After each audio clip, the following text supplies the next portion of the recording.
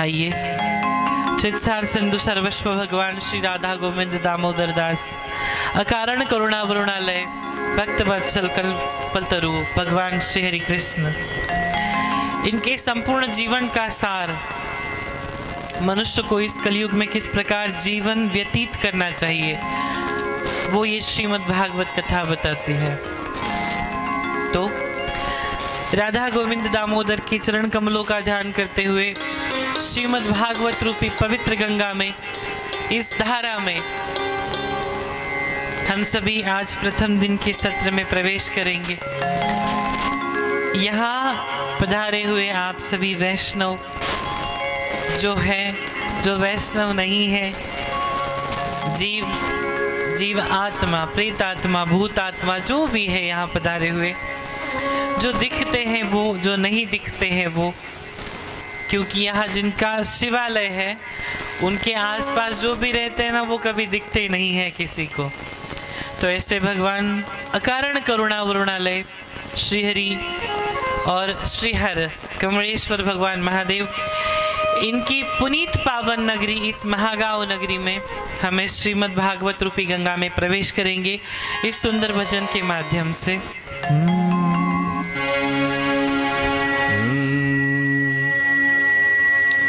राधे कृष्ण कृष्ण कृष्ण राधे राधे, राधे श्याम श्याम श्याम राधे राधे, राधे कृष्ण कृष्ण कृष्ण राधे राधे, राधे श्याम श्याम श्याम राधे राधे, राधे कृष्ण कृष्ण कृष्ण राधे राधे, राधे श्याम श्याम श्याम राधे राधे। ओ राधे कृष्ण कृष्ण कृष्ण राधे राधे, राधे श्याम श्याम श्याम राधे राधे।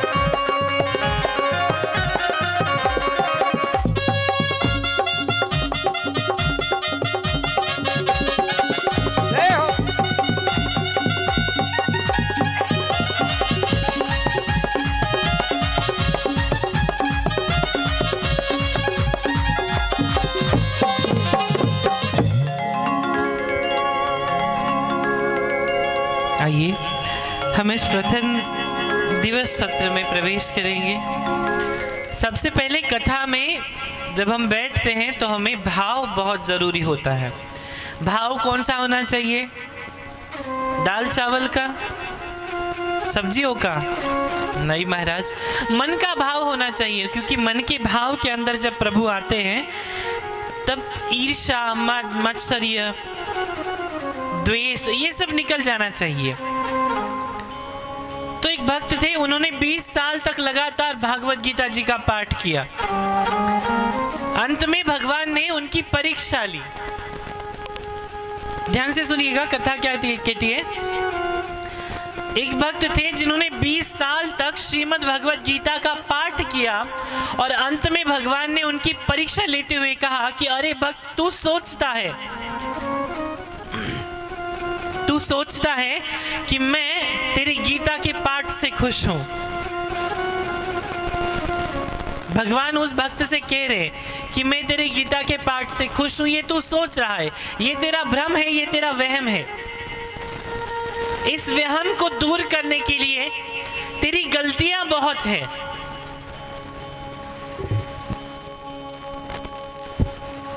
तो महाराज, मैं तेरे पाठ से बिल्कुल भी खुश नहीं हूं। देखिए, ध्यान से सुनिएगा कथा का भाव क्या है, प्रेम क्या है।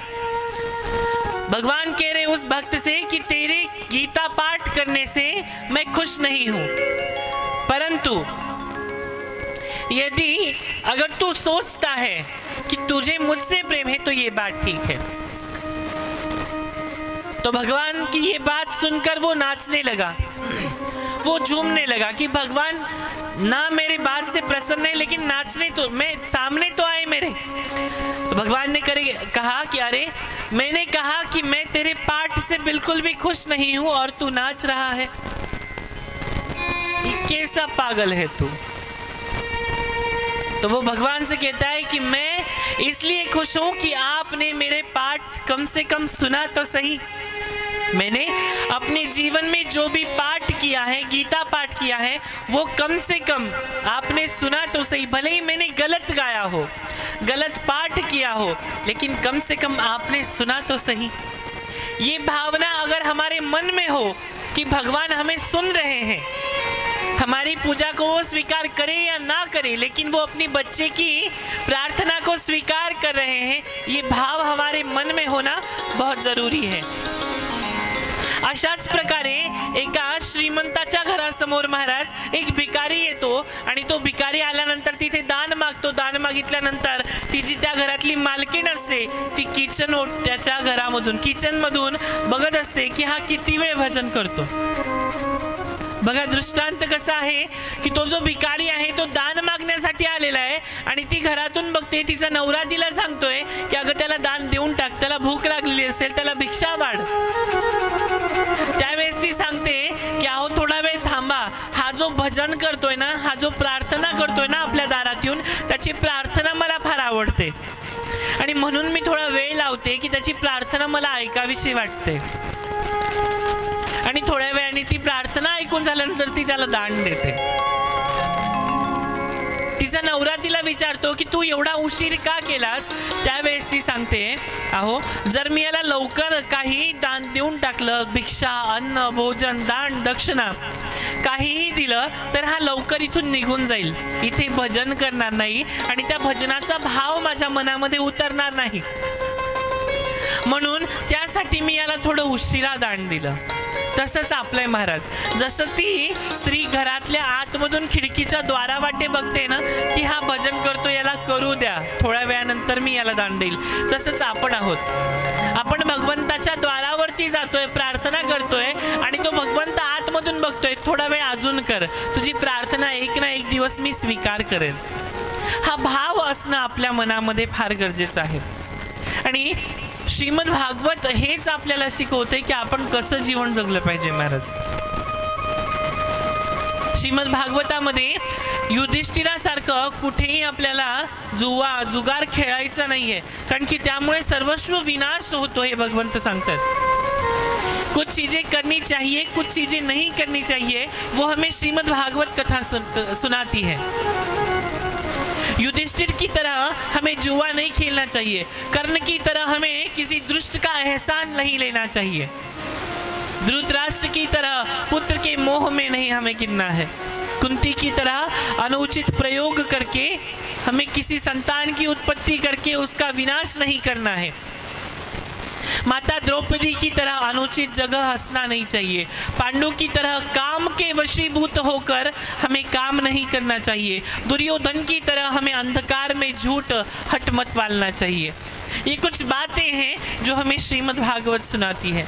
भीष्म की तरह अनुचित प्रतिज्ञाएं हमें नहीं करनी चाहिए। दुशासन की तरह नारी का अपमान हमें कभी नहीं करना है। अश्वत्थामा की तरह अनियंत्रित होके कभी भी हमें जीवन व्यतीत नहीं करना है। राजा शंतनु की तरह काम के भूत अशीभूत होकर एक मत्स्य के उदर से निकली हुई कन्या को आसक्त होने पर उन्होंने संपूर्ण अपना जीवन उस कन्या के अधीन कर दिया। शंतनु राजा की तरह काम के आसक्ति में मत हो जाओ। गांधारी की तरह नेत्रहीन होने के अनुसरण मत करना। नेत्र होते हुए भी अंधा मत बनो। परीक्षित की तरह अर्ध सत्य पर विश्वास मत करो। द्रोणाचार्य थे ना, द्रोणाचार्य जी अर्ध सत्य पर उन्होंने विश्वास कर लिया था और परीक्षित जी उन्होंने क्रोध को अनुचित कार्य कर लिया था। शैल्य जैसे महान राजा ने हतो उत्साहित करने वाले की संगत की और सर्वनाश हो गया। ये चीजें हमें कभी नहीं करनी है।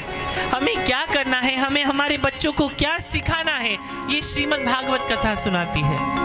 वो कहती है अभिमन्यु की तरह अपने पुत्र को वीर बनाओ। कृष्ण की तरह अपने बच्चों को धर्म का साथ देने के लिए कहो। विदुर की तरह स्पष्टवादी शुभचिंतक बनो। घटोत्कच की तरह धर्म कार्य में सहर्ष अपना बलिदान दिया करो। अर्जुन की तरह अपनी बगडोर भगवान श्री कृष्ण के हाथों में सौंप दो। ये वाक्य, ये प्रचार, ये बोध हमें हमारे जीवन में उतारने हैं, क्योंकि हमारे साथ कौन है और कौन नहीं ये कोई नहीं बताएगा। महाराज नेहमी लक्षात ठेवा, कुणीही इथे कुणाचं नाहीये। सीतेचा रखवालदार प्रभू श्रीराम होता। जेव्हा हरण झालं तेव्हा कुणी नव्हतं। द्रौपदीचा रक्षक 5 पांडव होते। वस्त्रहरण झालं तेव्हा कोणी नव्हतं। राजा दशरथाला 4 मुलं होती। 4 पुत्र होती की नाही राजा दशरथाला? जेव्हा प्राण गेले तेव्हा जवळ कोणी नव्हतं। लंकेचा राजा रावण होता, शक्तिशाली होता, पण लंका जळाली तेव्हा जवळ कोणी नव्हतं। भगवान श्रीकृष्ण हे सुदर्शनधारी होते, पण जेव्हा पदचरणांमध्ये बाण लागला तेव्हा मात्र कोणी नव्हतं। शरशय्येवरती भीष्म पितामह होते, गंगा पुत्र होते।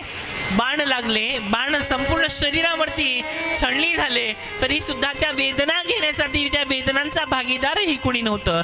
राजपुत्र अभिमन्यू सर्वांचा लाडका होता, पण चक्रव्यूहमध्ये पडल्यानंतर काढण्यासाठी मात्र कुणी नव्हतं।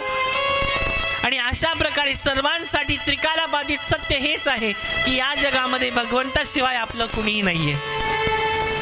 आणि म्हणून कुठेही महाराज या जगात आपलं कोण आहे आणि कोण नाही हे जाणून घेण्यासाठी ही श्रीमद् भागवत रूपी गंगा आहे। या जगात आपलं कोण आणि कोण नाही हे जर ओळखायचं असेल तर तुमच्यावरती एक वेळ काळ येऊ द्या महाराज। थोडा वाईट वेळ तुमच्यावर येऊ द्या, सर्व तुमच्यापासून दूर जातील।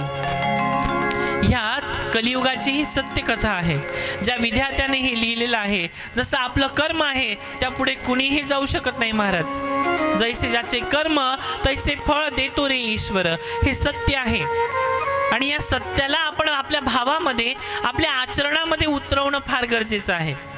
आणि तो भाव आपल्या नामजपातून आपल्याला साध्य करायचा आहे।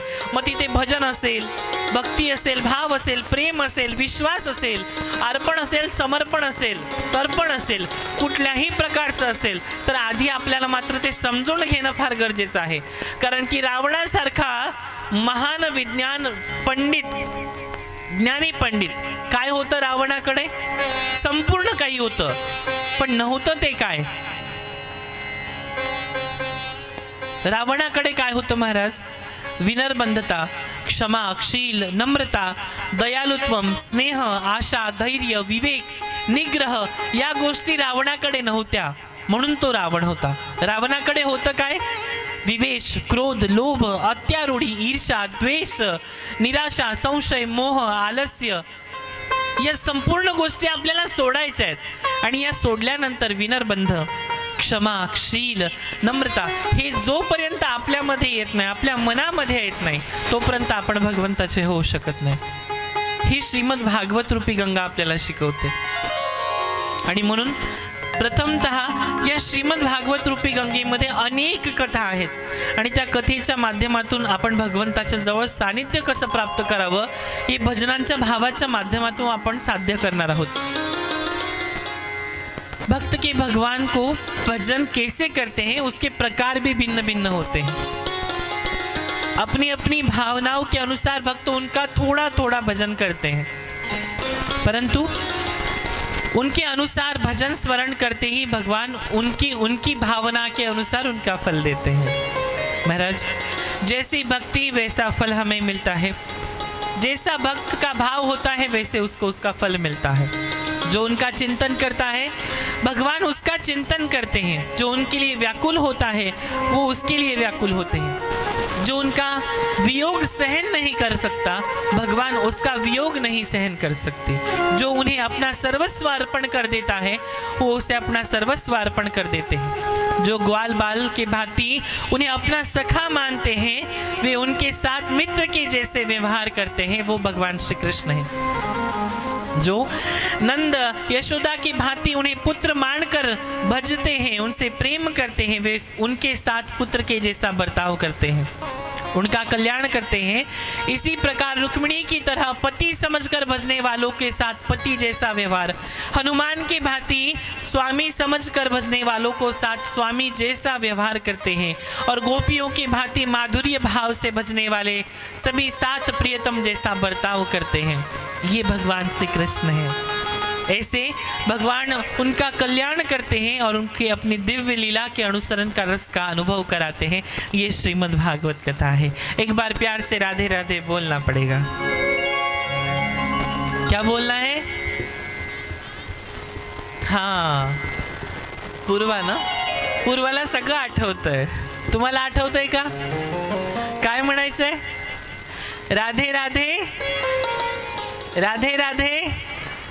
तो महाराज आइए प्रेम भाव से हाथ ऊपर उठाते हुए राधे राधे राधे राधे राधे राधे श्याम मिला दे। तो महाराज आइए इस पवित्र रूप गंगाधारा में हम प्रवेश करते हैं।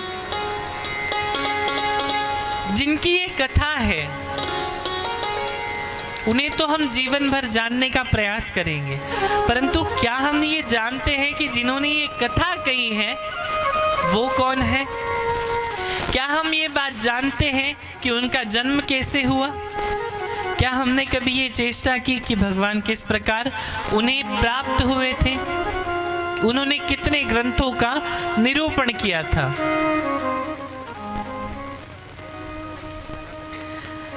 मेरा निवेदन है आपसे, आप जो ऊपर बैठे हैं उनको प्रॉब्लम होगा तो सामने आकर बैठिएगा। राधे। महाराज, जीव आत्मा से प्रेम करने के लिए भगवान ने अनेक रूप धारण किए और उन रूपों में भगवान सदैव ही लीला करते हैं अपने भक्तों के साथ, अपने बच्चों के साथ। तो महाराज, सर्वप्रथम ज्यांनी या कथेचा सार मांडला त्यांनी 18 पुराणांची रचना केली। ब्रह्मपुराण, पद्मपुराण, विष्णु पुराण, शिवपुराण, वायुपुराण, श्रीमद् भागवत महापुराण, श्रीमद् देवी भागवत महापुराण, नारद पुराण, मार्कंडेय पुराण, अग्नि पुराण, भविष्य पुराण, ब्रह्मवैवर्त पुराण, लिंग पुराण, वराह पुराण, स्कंद पुराण, वामन पुराण, कृम पुराण आणि तदनंतर येतात मत्स्य पुराण, गरुड पुराण आणि ब्रह्मांड पुराण। या अशा महान ग्रंथांची रचना करून त्यांच्या मनामध्ये कुठेतरी आपण कमी आहोत का आणि म्हणून त्यांनी पुनश्च काही पुराणांची रचना केली। ती म्हणजे गणेश पुराण, नरसिंह पुराण, कलिक पुराण, एकाम्र पुराण, तदनंतर वृत्त पुराण, विष्णु धर्म पुराण, मृदगल पुराण, अशा अनेक पुराणांची रचना केली, वेदांची रचना केली। परंतु पुनश्च मनामध्ये एक भाव निर्माण झाला की आपण कुठेतरी कमी आहोत। आणि महाराज, असे व्यासजी यांच्या या जन्माची ही कथा। महाराज, व्यासजी हे कोण आहेत, यांचा जन्म कसा झाला याची ही कथा। महर्षि वेदव्यासजी वेदव्यासजी यांची माता सत्यवती हिचा विवाह पूर्व काळामध्ये झालेला आहे हा विचार राजा शंतनू करू लागतात. माझी पत्नी सत्यवती हिचा विवाह पूर्वजन्मामध्ये झालेला आहे, पूर्वकाळी झालेला आहे आणि हिचा पुत्र वेदव्यास आहे हे त्यांना कळतं. महाराज इथे सूतजी सांगतायत, मी चतुर्वर्ग म्हणजे धर्म अर्थ काम मोक्ष आशीर्वचन दान देणाऱ्या आई भवानीला नमस्कार करतो आणि भगवान श्री महादेव भगवान श्रीकृष्णांना प्रणिपात दंडवत करतो. ते म्हणतात, उपरिचर नावाचा एक सत्यवादी धर्मतुल्य असा ब्राह्मण पूजक राजा होता आणि या राजाचं प्रतिपालन संपूर्ण प्रजा करत होते. हा राजा संपूर्ण जगामध्ये त्रैलोक्यामध्ये याच्या सृष्टी कर्माचा याच्या पालन कर्माचा सुंदर भावभक्तीचं संपूर्ण लोक गुणगान करत होते. हा राजा सैदी देशाचा राजक होता, साधक होता आणि त्यांना अगदी भगवंताचं वात्सल्य सानिध्य प्राप्त होतं. महाराज हा राजा उपरिचर यांनी अनेक वर्ष तपश्चर्या केली आणि तपस्या केल्यामुळे देवराज इंद्र त्यांना प्रसन्न करण्यासाठी, कुणाला प्रसन्न करण्यासाठी, त्या राजाला प्रसन्न करण्यासाठी त्यांच्याजवळ आले आणि त्यांच्याजवळ आल्यामुळे त्या राजांना त्यांनी एक स्फटिकाचं विमान, स्फटिक विमान म्हणून भेट म्हणून दिलं, त्यांना बसण्यासाठी दिलं. महाराज राजा उपरिचर हे चैदी देशामध्ये सर्वीकडे अगदी फिरायला जाऊ लागले. कसे? त्या विमानात बसून. जमिनीवर त्यांनी कधी नंतर पाय ठेवला नाही म्हणून त्यांचं नाव उपरिचर वसू असं झालं. आणि महाराज या उपरिचर वसूंच्या नावामुळे हे राजे प्रसिद्ध झाले. राजा खूप धर्मपारायण होता. राजाचा एक सुंदर असं सुशील आश्रम होता आणि त्या सुंदर सुशील आश्रमामध्ये त्या महलामध्ये राजाची पत्नी होती. वक्ष मोहिनी अशी त्या राजाची सुंदर ती पत्नी, तिचं नाव होतं गिरिका आणि ती नेहमी भगवान शिवांचं भजन ध्यान तर्पण अर्चना सानिध्यामध्ये विलुप्त असायची आणि भगवंताचं नामस्मरण त्या भजनामध्ये ती नेहमी तत्पर राहून भक्तीच्या भावामध्ये भगवंताचं भजन करत असायची. तिचं नाव होतं गिरिका. आपणही छोटंसं भगवंताच्या भजनामध्ये नामसंकीर्तनामध्ये आज प्रथम दिवस आहे तर आधी भाव आणि विश्वास आपला भगवंतावरती होणं फार गरजेचं आहे. हो मैं तो शिव की पुजारण बनूंगी, हो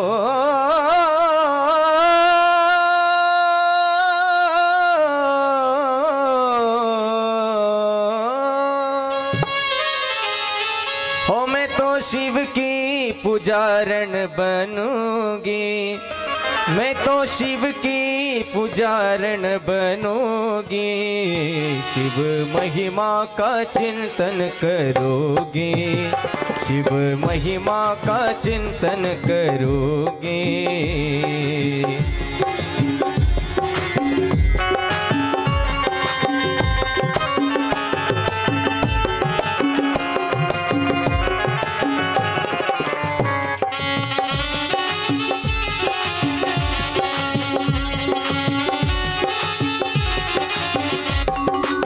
हो मैं तो शिव की पुजारण बनूंगी, हो मैं तो शिव की पुजारण बनूंगी, अपने भोले की जोगन बनूंगी, अपने भोले की जोगन बनूंगी.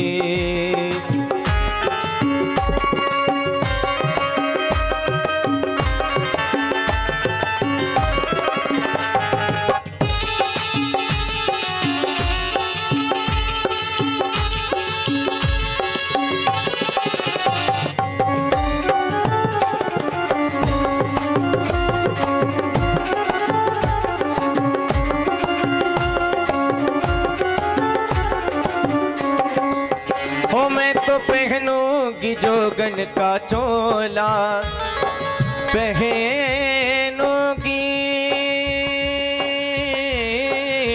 जोगन का का चोला, मैं तो पहनूंगी जोगन का चोला, मैं तो पहनूंगी जोगन का चोला, मैं तो पहनूंगी जोगन का चोला, मैं तो पहनूंगी जोगन का चोला, मैं तो पहनूंगी जोगन का चोला।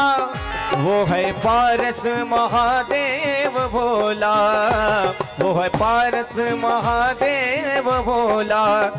चरण छूकर मैं कुंदन बनोगी, चरण छूकर मैं कुंदन बनोगी, अपने भोले की जोगन बनोगी, अपने भोले की जोगन बनोगी। तालियों के साथ देखिए, हमारे जीवन में हम तो ऐसे भी रोज जीते हैं, रोज मरते हैं, लेकिन जब हम भगवान के लिए हाथ ऊपर करते हैं ना, तो हमारी हाथों की रेखाएं तो बदलती है, पर हमारे नसीब की रेखाएं भी बदलती है। क्योंकि भगवान कहते हैं मुझे अगर कोई आवाज प्रेम भाव से देना तो मैं उसका हो जाता हूँ। इसलिए तालियों के साथ भक्ति और भजन के साथ में आनंद लेना है।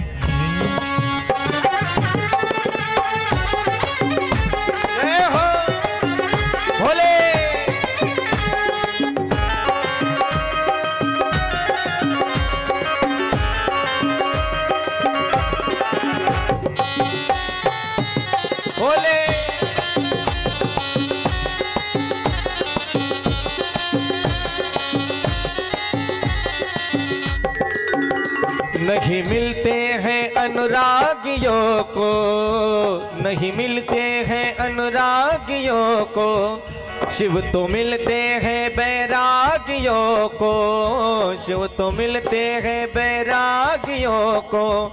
मैं भी उनकी बैरागन बनूंगी, मैं तो उनकी बैरागन बनूंगी, अपने भोले की जोगन बनूंगी, अपने भोले की जोगन बनूंगी।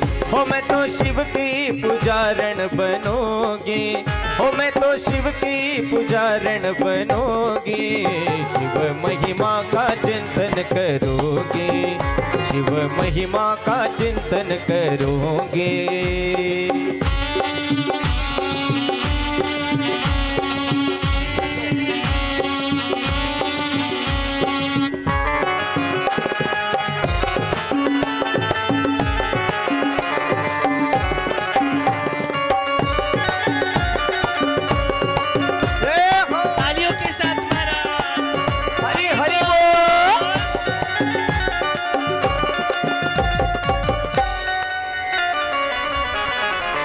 आज प्रथम दिन है, थोड़ा प्रवास करके भी कलाकार और जो संत है वो भी बहुत थोड़ा थक चुके हैं।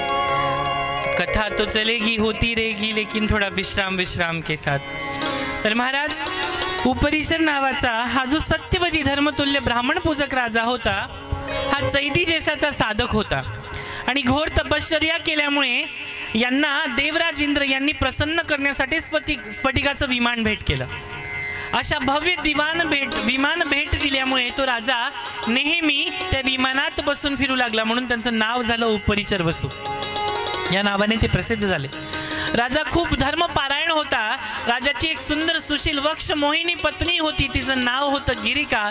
ती भगवान महादेवांची अगदी निष्ठावंत भक्त होती। आणि महाराज, ही गिरिका आता हिच्या मनात विचार येऊ लागला, खूप महान वीर आणि परमप्रतापी त्यांचे 5 पुत्र राजांना होते। या उपरिचर राजाला आधी 5 पुत्र होते, पण तरी सुद्धा वेगवेगळ्या देशांचं राज्य सिंहासन त्यांना सोपवलं होतं।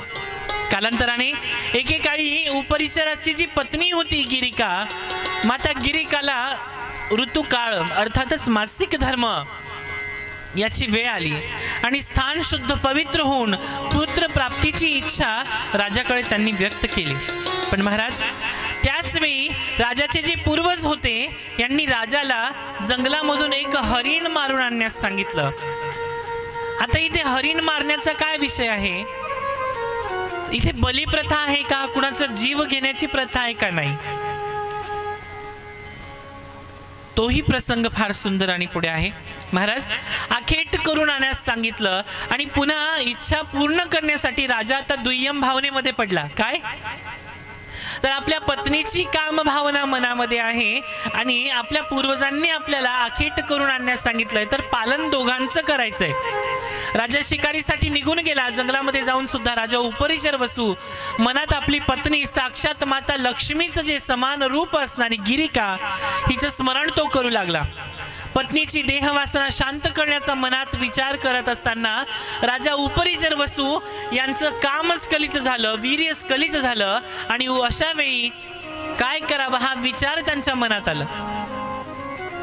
तो काम ज्यावेळी स्खलित झाला त्यावेळी राजाने ते वीर्य एका उंबराच्या झाडाच्या वडाच्या झाडाच्या पानामध्ये गृहीत केलं, संग्रहित केलं, त्या द्रोणामध्ये ते ठेवलं आणि ते काम, ते अमोघ तेज वीर्य व्यर्थ नको जायला हा विचार करून पत्नीचा मासिक धर्म राजाने स्वतःचा तेज अमोघ वीर्य पत्नीजवळ पाठवण्याचा विचार केला. राजाने त्या द्रोणाला अभिमंत्रित केलं आणि जवळ बसलेल्या एका बाज पक्षाला, एका गरुड पक्षाला बोलवलं आणि म्हणू लागले, हे महाभाग, हे तात, तुम्ही सौम्य आहात, माझे शुभचिंतक आहात. तुम्ही माझ्या महलात जा आणि तिथे जाऊन माझ्या पत्नीला, माझी जी पत्नी आहे गिरिका, हिला हे द्रोण पात्र द्या. तिचा ऋतुकाळ जवळ आलेला आहे. त्याच प्रकारे तो पक्षी ते द्रोण घेऊन जाऊ लागला आणि मार्गाने जात असताना त्यावेळी समोरून एक दुसरा गरुड पक्षी आला आणि त्या गरुड पक्षाला या द्रोणामधून मांसाच्या तुकड्याचा वास येऊ लागला आणि त्या चोचेमध्ये मांसाचा तुकडा आहे हे बघून दोघांमध्ये युद्ध होऊ लागलं आणि ते घनघोर युद्ध झाल्यामुळे त्या युद्धामध्ये राजाने दिलेले ते वीर्य द्रोण पात्र जे आहे ते पात्र अति पतित पावन यमुना मातेच्या नदीच्या पात्रामध्ये पडलं आणि देवयोगवश बघा तिथे आता एक सनातन ऋषी तिथे स्नान संध्या करत होते आणि त्याच पाण्यामध्ये त्या यमुना मातेच्या पात्रामध्ये अद्रिका नावाची जी एक अप्सरा होती ती निमग्न होऊन पाण्यामध्ये जलक्रीडा करत होती, नाचत होती, नृत्य करत होती आणि ती अद्रिका पाण्याखाली गेली आणि तिने काय केलं तर एका मगरीचं, एका माशाचं रूप धारण केलं आणि एक ब्राह्मण तिथे जे संध्यावंदना करत होते त्या अद्रिकेने पाण्याच्या खाली जाऊन त्यांचा पाय पकडला आणि त्यांची तपश्चर्या, प्राणायाम भंग केला आणि त्यावेळी त्या ब्राह्मणांना राग आला. ते म्हणतात की तू माझ्या तपस्येमध्ये विघ्न आणलेला आहेस, पाण्याच्या खाली जाऊन तसंच त्या प्रकारचा श्राप अवस्था तुला मी देतो की तू एक विशाल काय माशाच्या रूपामध्ये जीवन व्यतीत करशील. महाराज अद्रिका जी अप्सरा होती ती रडू लागली आणि तिने ब्राह्मण देवांची माफी मागितली, हे करुणा निधान, हे अकारण करुणा वरुणालय भक्तवांचल कल्पतरू, तुम्ही या त्रिकाल संध्येमध्ये मी विघ्न निर्माण तर केलेलं आहे परंतु मला उशाप द्या, माझं काहीतरी जो शाप तुम्ही मला दिलेला आहात त्याच्यातून माझी सुटका करा. महाराज करुणा निधान ब्राह्मणांनी उशाप दिला की तू शोक नको करूस, तुझ्या या रूपामधून एक युगम मानव संतान उत्पन्न करशील आणि मत्स्य देह सोडल्यानंतर तू पुन्हा स्वर्ग लोकाला जाशील. महाराज अशा प्रकारे शाप मिळाला. अद्रिका नावाची जी अप्सरा होती ती पाण्यामध्ये एक मासा म्हणून विहार करू लागली आणि महाराज आकाशात झालेल्या युद्धामुळे लक्षात येते ना कथा, हो की नाही? हात वर करा बरं की लक्षात येते. अच्छा महाराज ते जे युद्ध झालं आणि त्या युद्धामुळे जे द्रोण पात्र खाली पडलं ते द्रोण पात्र या माशाने गिळलं. देवयोगवश बघा काय लीला आहे भगवंताची. 10 महिन्यानंतर काही मासेमारी करणाऱ्या लोकांनी त्या माशाला पकडलं आणि जाळ्यात पकडल्यानंतर शीघ्रतापूर्वक त्याचं पोट कापलं आणि त्याच्या पोटातून 2 मनुष्य आकाराची जुळवा मुलांना जन्म घेतला. त्यामध्ये एक सुंदर सुशील अशी रूपवान मृगनयनी कन्या होती आणि एक बलशाली बलवान बालक होता. त्या दोघं बालकांना राजा उपरिचर वसूच्यात स्वाधीन करण्यात आलं, त्यांना दाखवण्यात आलं.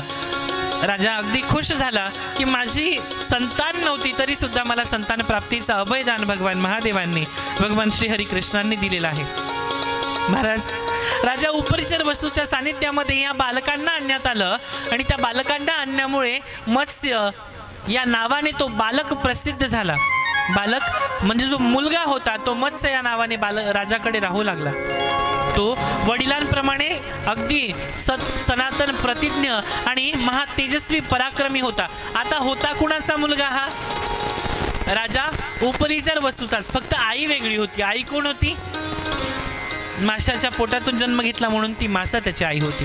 महाराज तो पुत्र राजाने ठेवला आणि ती जी कन्या होती ती कन्या मासेमारी करणाऱ्या लोकांचा नायक राजा दशकाला ती मुलगी दिली. ती कन्या मत्स्योंदरी या नावाने प्रसिद्ध झाली. पुढे चालून काही गुणांनी तिचं नाव मत्स्यगंधा पडलं. प्रथम नाव काय त्या कन्येचं? मत्स्योंदरी. का? कारण की ती माशाच्या उदरामधून जन्माला आलेली आहे म्हणून तिचं नाव मत्स्योदरी पडलं. तिचं दुसरं नाव आहे मत्स्यगंधा कारण की तिच्या शरीरातून मत्स्यगंध म्हणजे माशासारखा गंध येतो म्हणून तिचं नाव मत्स्यगंधा. महाराज अशा प्रकारे मत्स्यगंधेचा जन्म झाला आणि कालांतराने ती कन्या किशोर यौवन अवस्थेला प्राप्त झाली आणि वडिलांच्या जागेवरती काम करू लागली. काम काय होतं तर काही प्रवासी नदीच्या या तीरावरून त्या तीरावरती सोडायचं असं तिचं काम होतं. मासेमारी करायचं तिचं काम होतं. महाराज वडिलांच्या जागेवरती काम करू लागली. ती नाव चालवण्यामध्ये खूप चंचल होती. कालांतराने एका वेळी त्या तीर्थाक स्थानामध्ये त्या यमुना मातेच्या पात्रामध्ये महान तपस्वी पराशर मुनी यमुना नदीच्या तटावरती आले. त्यांनी राजा दशकासोबत बसून भोजन ग्रहण केलं आणि भोजन झाल्यानंतर त्यांनी दशकाला सांगितलं मला यमुना पार सोड. त्यावेळी राजाने कन्या मत्स्यगंधेला सांगितलं की पुत्री तू आज या महान तपस्वी मुनींना आपल्या नावेत बसवून यमुना मातेच्या पार सोड आणि त्या पलीकडच्या तीरावरती वडिलांच्या बोलण्यामुळे ती सुंदर वक्ष मोहिनी वसावी. मत्स्यगंधा त्या ब्राह्मण पूजक राजाला पराशर मुनींना घेऊन नावेत बसली. महाराज अशा त्या सुंदर वक्ष मोहिनी कन्येने भगवान श्रीकृष्णांचं ध्यान केलं आणि पराशर यांची नाव चालू लागली. सुंदर यौवन अवस्था प्राप्त सुंदर झालेली ती किशोर कन्या आता मत्स्योंदरी पराशर मुनी तिच्यावरती आसक्त झाले. त्यावेळी मुनींनी तिला स्वतःच्या डाव्या हाताने स्पर्श केला आणि ती म्हणू लागली की मुनीवर तुम्ही श्रेष्ठ कुळामध्ये जन्माला आलेले आहात. वेद ज्ञानाला अनुरूप योग्य आहे का हे तुमच्या? तुम्ही मला स्पर्श करत आहात. तुम्ही काम वासनेने माझ्यावरती आसक्त झाले आहात. हे ब्राह्मण श्रेष्ठ या पृथ्वीवरती मनुष्य जन्म खूप दुर्लभ आहे आणि त्याही मध्ये तुम्ही तर ब्राह्मण कुळामध्ये जन्म घेतलेला आहे आणि दुर्लभ आहात की हे मुनी तुम्ही कुलशील विद्या अध्ययनामध्ये सुद्धा एक धर्म पारायण आहात. माझ्यासारख्या क्षुद्र पालन विसरलेल्या कन्येच्या वरती तुम्ही आसक्त झालेले आहात. माझं शरीर पाहून तुम्ही माझा हात पकडला. वासनेने तुम्ही काम आसक्त झालेले आहात, उत्सुक झालेले आहात. तुम्हाला तुमच्या धर्माचं ज्ञान नाही का? मत्स्यगंधेने जसा हा प्रश्न केला तसं पराशर ऋषी तिच्यापासून दूर झाले. पण देवयोगवश जी कामभावना जागृत झालेली होती ती मात्र काही मनातून निघेना. मुनींना तिने धीर दिला आणि मला अगदी विचारणी केली की माझ्याजवळ कुणीही नाहीये. तिने मुनींना धीर दिला आणि म्हणू लागली तुम्ही शांत चित्ताने नावेत बसा, मी तुम्हाला नदीच्या त्या तटावरती सोडेन. महाराज हे शब्द ऐकल्यावर महर्षी पराशर तिचा हात सोडला आणि ते यमुना तटावरती पोहोचले. पराशर मुनींनी मत्स्यगंधीला जवळ घेण्याचा प्रयत्न केला आणि भीती असलेल्या मत्स्यगंधा मुनीला म्हणाली की हे मुनीवर माझ्या शरीरातून दुर्गंध येतो. माझा जन्म माशाच्या पोटातून झालेला आहे आणि त्यामुळे माझ्या शरीराचा तुम्हाला वास नाही येत का? महाराज काम योग्य तुमच्या समान श्रेष्ठ असलेली कन्या हवी. तिचा ऋतुकाळ कामवासना आनंददायी होतात. आणि मत्स्यगंधेचा असं बोलणं ऐकल्यावर पराशर मुनींनी स्वतःच्या तपोबलाने तिचा दुर्गंध दूर केला. तिच्या शरीराचा जो दुर्गंध होता तो काढून टाकला स्वतःच्या तपश्चर्येमुळे आणि आता तिचं नाव झालं योजनगंधा.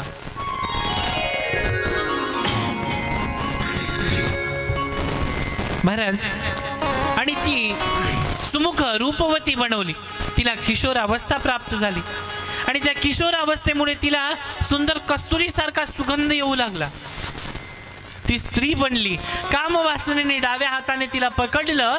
त्यावेळेस योजनगंधा माता सत्यवतीने मुनींना सांगितलं की हे मुनिवर, त्या तटावरती माझे आई वडील बाबा भाऊ बहीण सगळे वाट पाहत आहेत. हे मुनिवर, तुम्ही जे कृत्य करत आहात ते श्वान पशुवात आहे.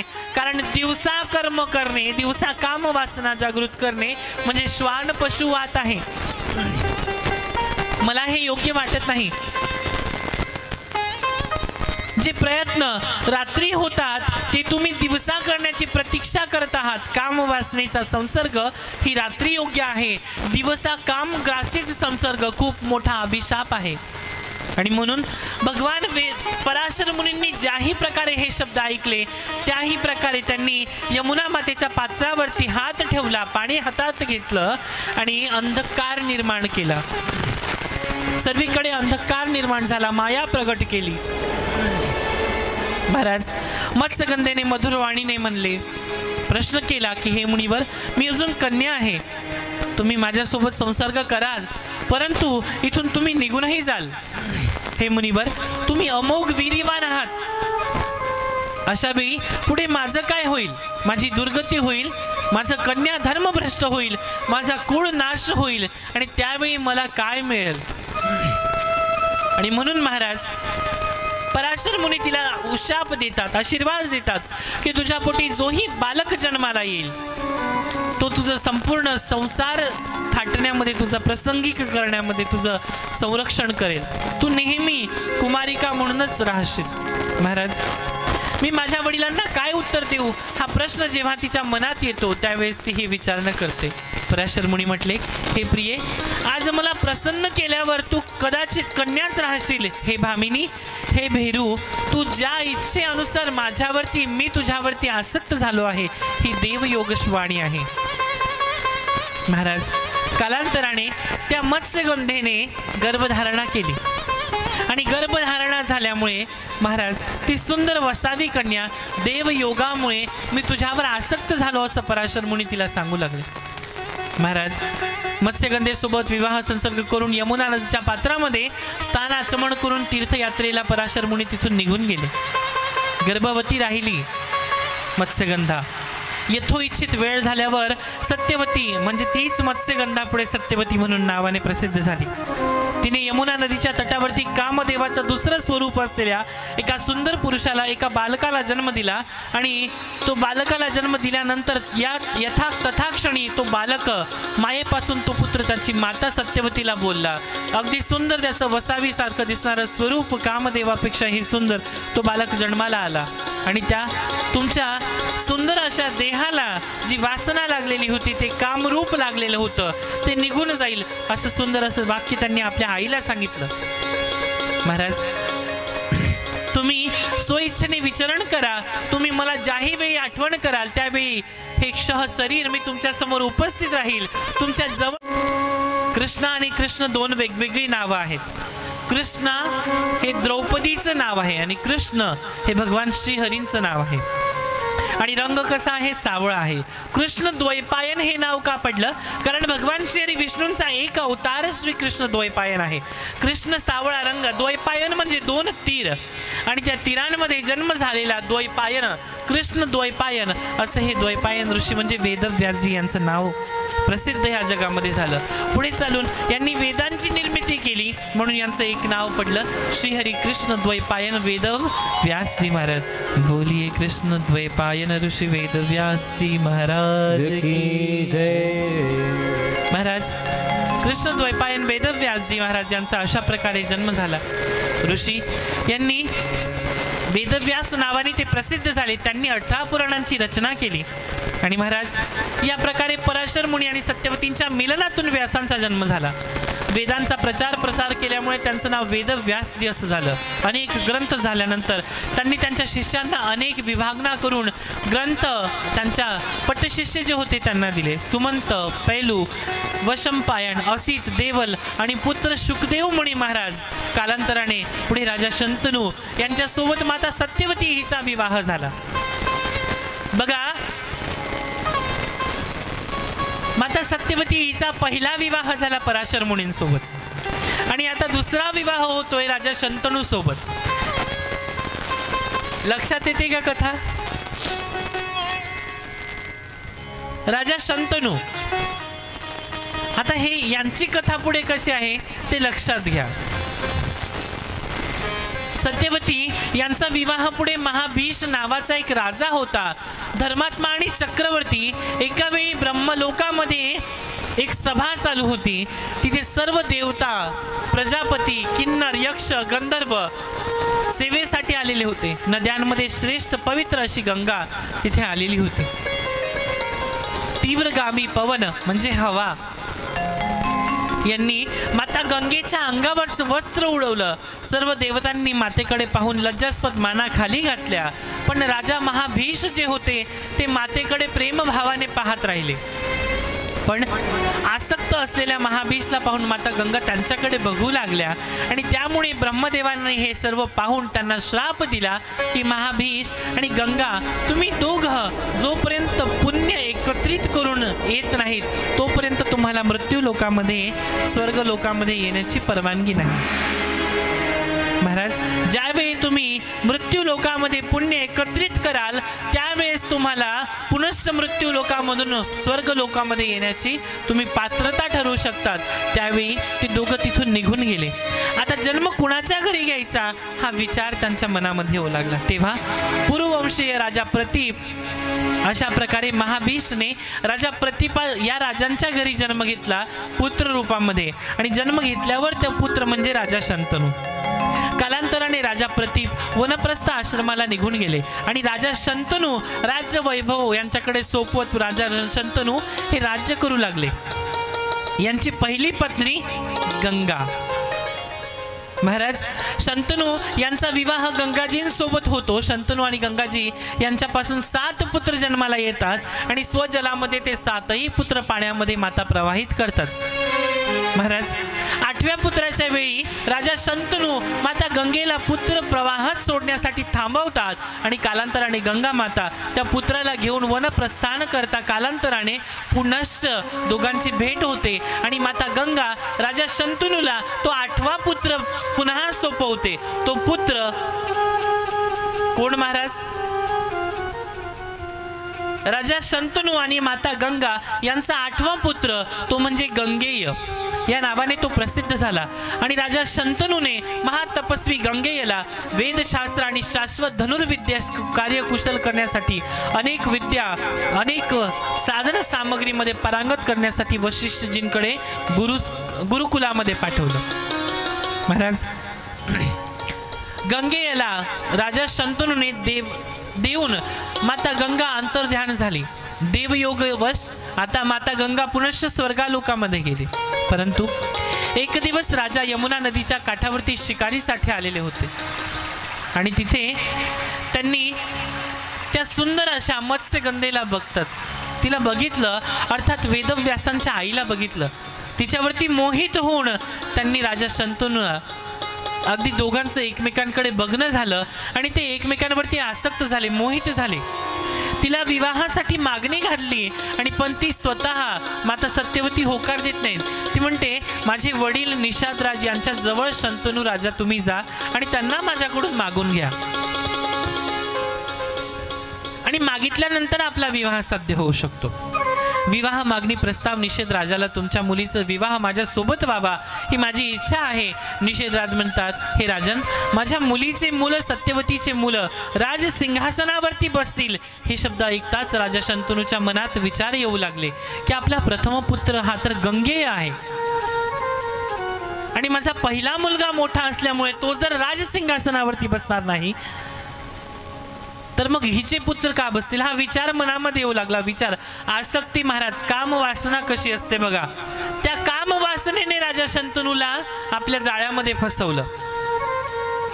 गंगापुत्र गंगेय यांचा विचार करून तिथून निघून गेले. सत्यवतीचा विचार त्यांच्या मनात अगदी घर करून राहू लागला. अनेक दिवस, महिने, वर्ष निघून गेले. वडिलांचा चेहरा बघितल्यानंतर गंगापुत्र जो होता विचार करत वडिलांना प्रश्न विचारतो की हे पिताश्री, तुम्ही चिंतित आहात का?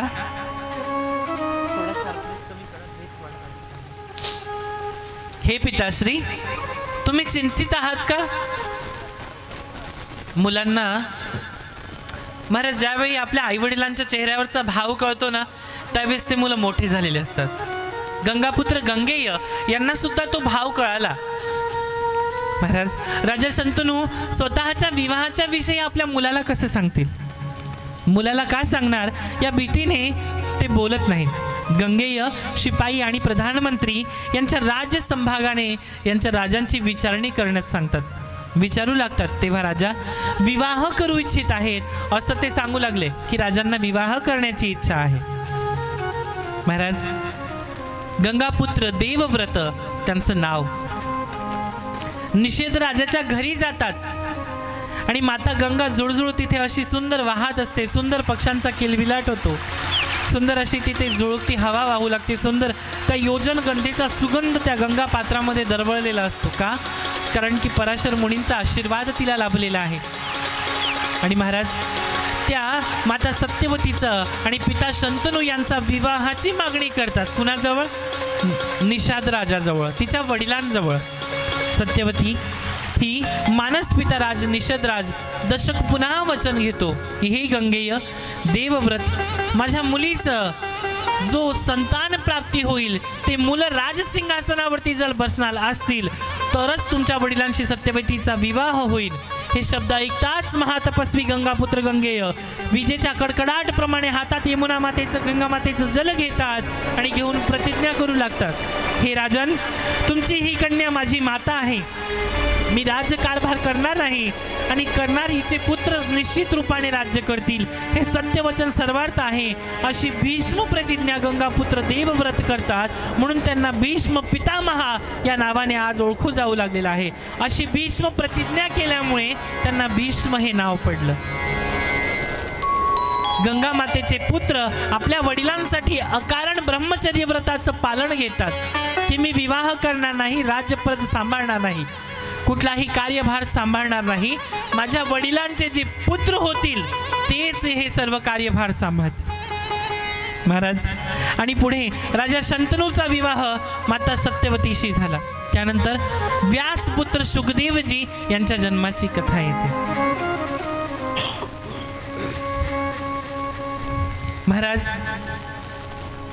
आता ही कथा कुणी कोणाला सांगितली? इथे सानिध्य कोणाचं लाभलं बरं? एका साधूची संगती कोणाला लाभली? एका माशाच्या पोटी जन्माला आलेल्या मुलीला. आणि तीच कथा पुढे येते की एका मृत जीवाला सुद्धा कशी भगवंताच्या वेदनेची, सहयोगाची, वियोगाची भावना जुळते. महाराज, राजा शंतनूचा विवाह सत्यवतीशी झाला. त्यानंतर व्यासपुत्र सुखदेवजी यांचा जन्म एक वेळी वेदव्यासजी यमुना नदीच्या तटावरती संध्यापूजन करत होते आणि असित पांगी नावाची, घृताची नावाची एक अप्सरा सुंदर रमणीय अशा त्या स्थळावरती सुगंधित हवा वाहू लागतात. त्या रमणीय स्थळामध्ये त्या सुंदर नदीच्या वाहत्या पाण्यासोबत जणू ती क्रीडा करत होती आणि सुंदर अशा आवाजात घृताची मोर नृत्य करत होती. चहू बाजूंनी पक्ष्यांचा किलबिलाट होता.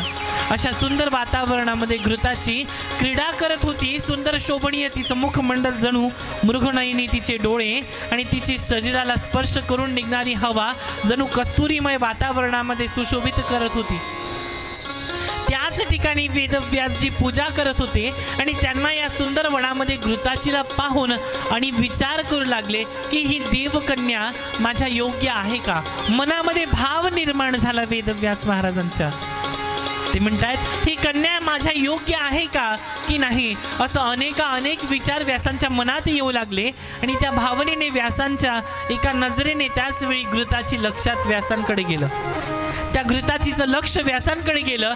ती विचार करू लागली, माया महात्म साधूंच्या संध्या पूजनामध्ये माझ्यामुळे काही विघ्न तर अडचण येऊ देणार नाही ना, आणि ती विघ्न येऊ नये म्हणून मला शाप तर देणार नाही ना.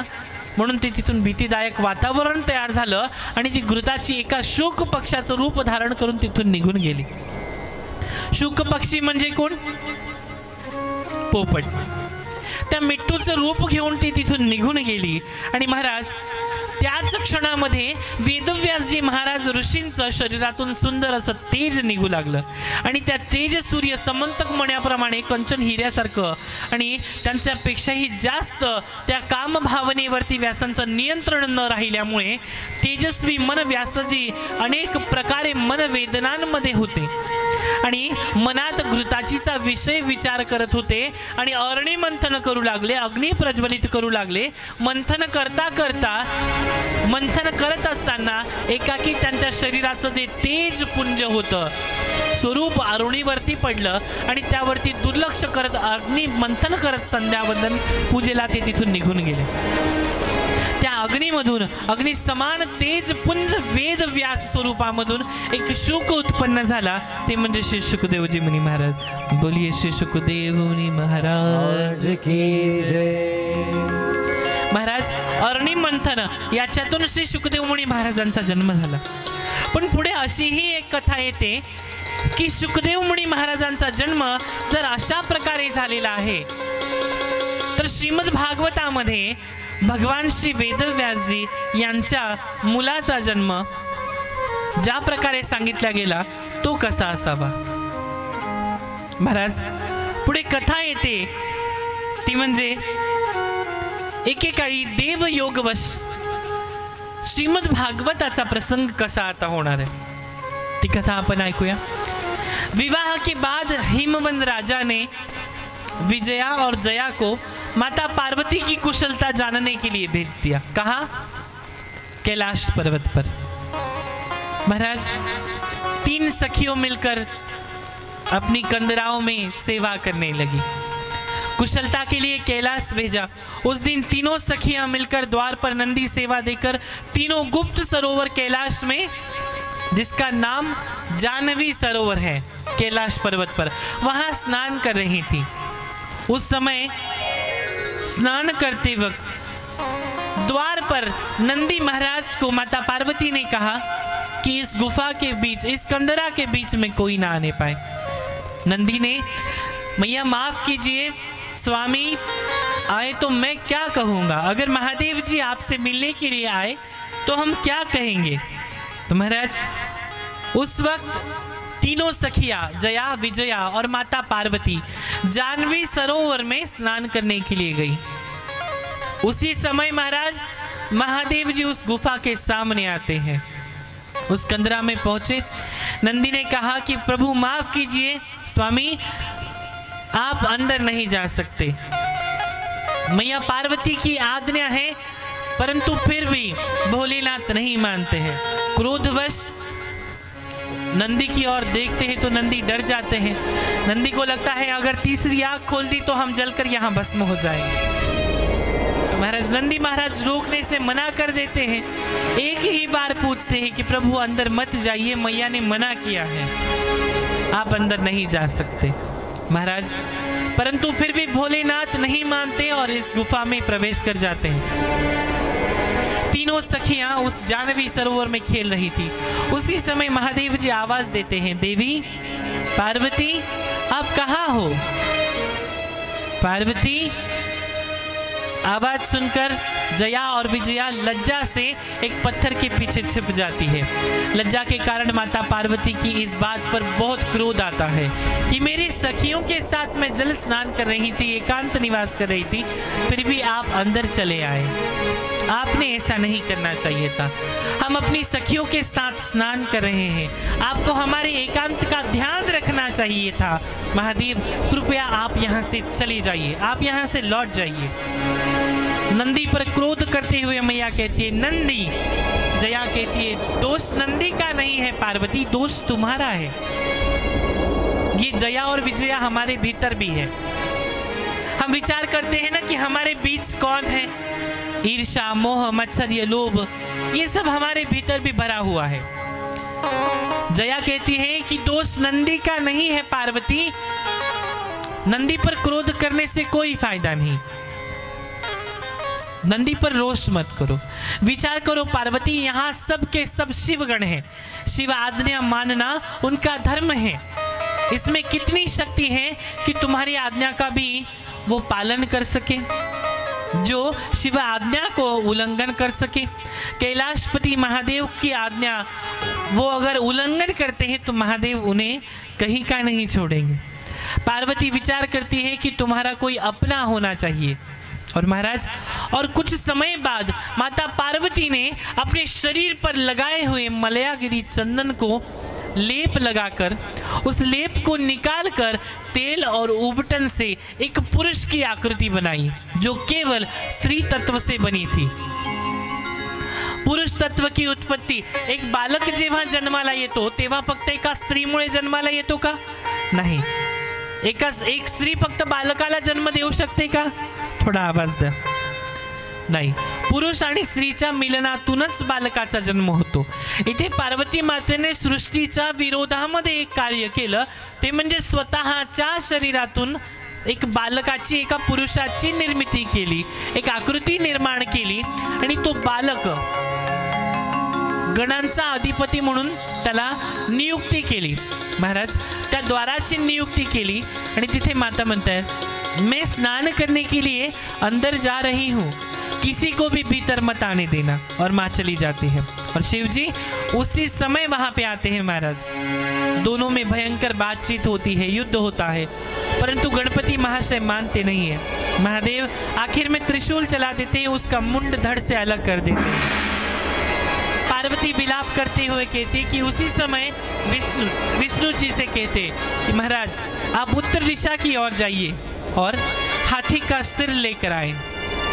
जो भी पशु आपको मिल आए उस पशु का सिर आप लेके आइएगा। परंतु महाराज, हाथी साधारण नहीं था, उस हाथी का सिर भगवान स्वयं विष्णु जी लेकर आते हैं, क्योंकि महादेव जी को भी एक श्राप था। कथा ध्यान से सुनिएगा। महादेव जी ने केवल इस बात के लिए वो भगवान श्री गणेश जी का मुंड अपने त्रिशूल से नहीं उड़ाया था, उन्हें भी एक श्राप था।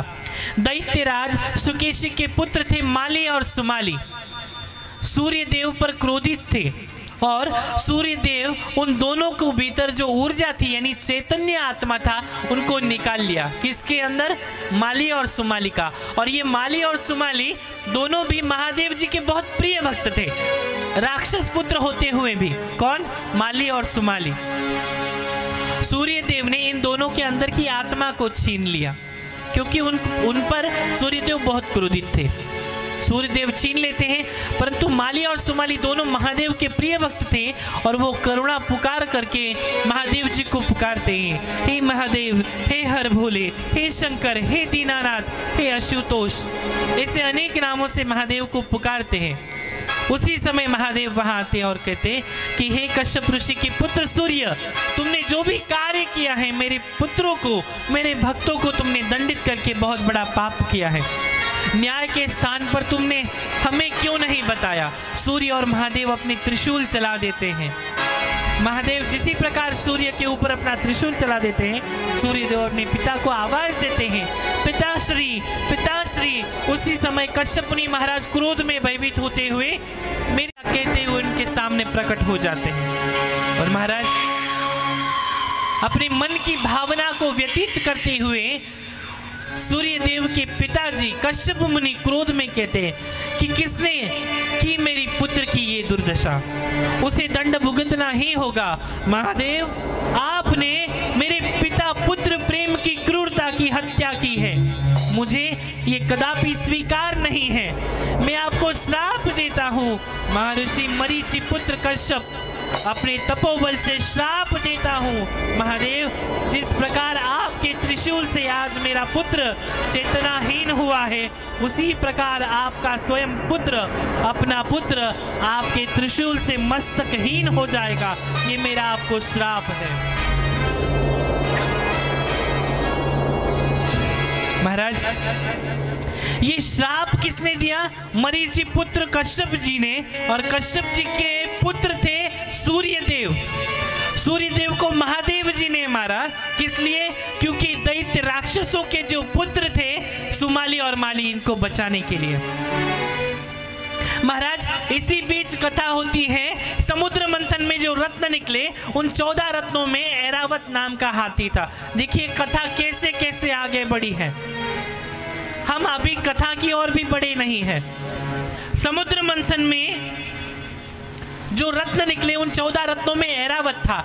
उन रत्नों में ऐरावत रत्न जो था वो स्वर्ग में स्थापित किया गया।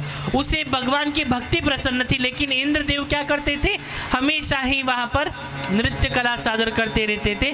और उस नृत्य कला में सादर रहते हुए वहां पर वो हमेशा ऐरावत की निंदा करते थे। और उस निंदा करते हुए भक्त वत्सल करुणा कल्पतरु भगवान ऐरावत स्वर्ग में उत्पात मचाने लगे। और उस उत्पात मचाते हुए उस पशु को, उस ऐरावत हाथी को, एक बार प्रेम से हाथ ऊपर उठाते हुए बोलना पड़ेगा। हाथ ऊपर उठाइए सभी लोग। क्या बोलना है?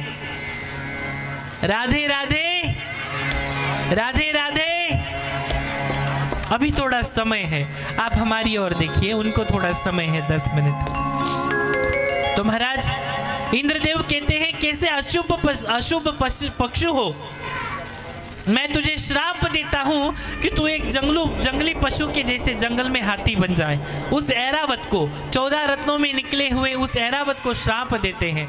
उस श्राप से मुक्ति करने के लिए भगवान विष्णु ने उत्तर दिशा की ओर उस हाथी को ही मारा जो ऐरावत बना था। आपको कथा समझ में आ रही है ना?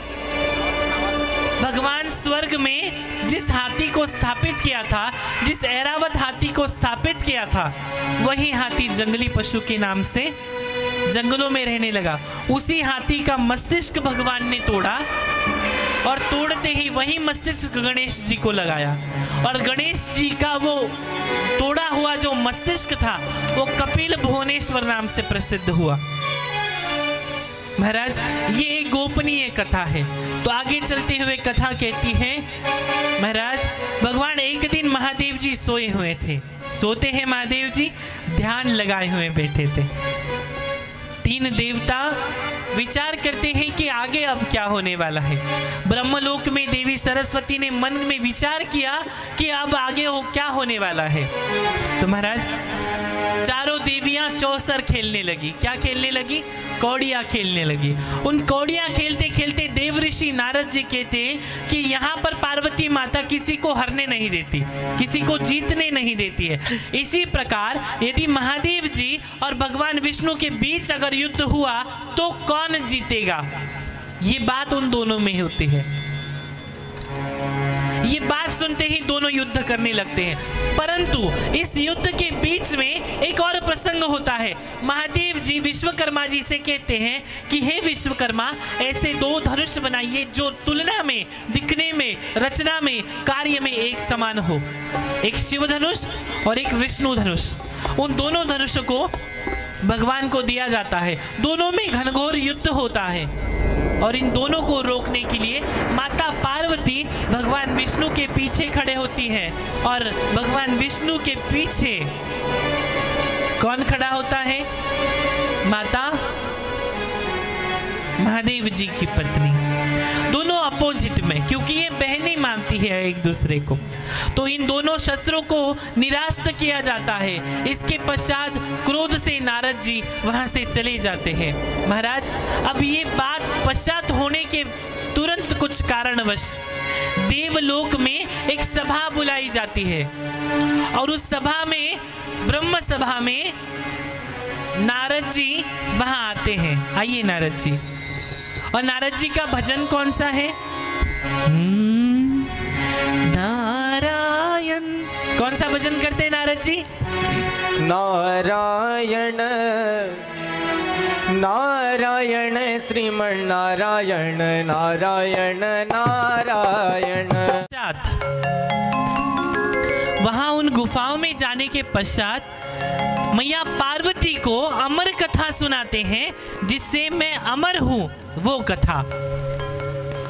तो वो कथा है श्रीमद् भागवत रूपी कथा। अब हम कथा को प्रारंभ करेंगे। अब तक जो चल रहा था वो केवल एक संक्षिप्त महात्म्य था। वो केवल रचना कार्यों में जिन्होंने अपना जीवन व्यतीत किया उनकी व्यथाएं थी। तो महाराज अब भगवान भोलेनाथ जो अमर कथा सुना रहे हैं वो कथा हम सुनेंगे। आइए।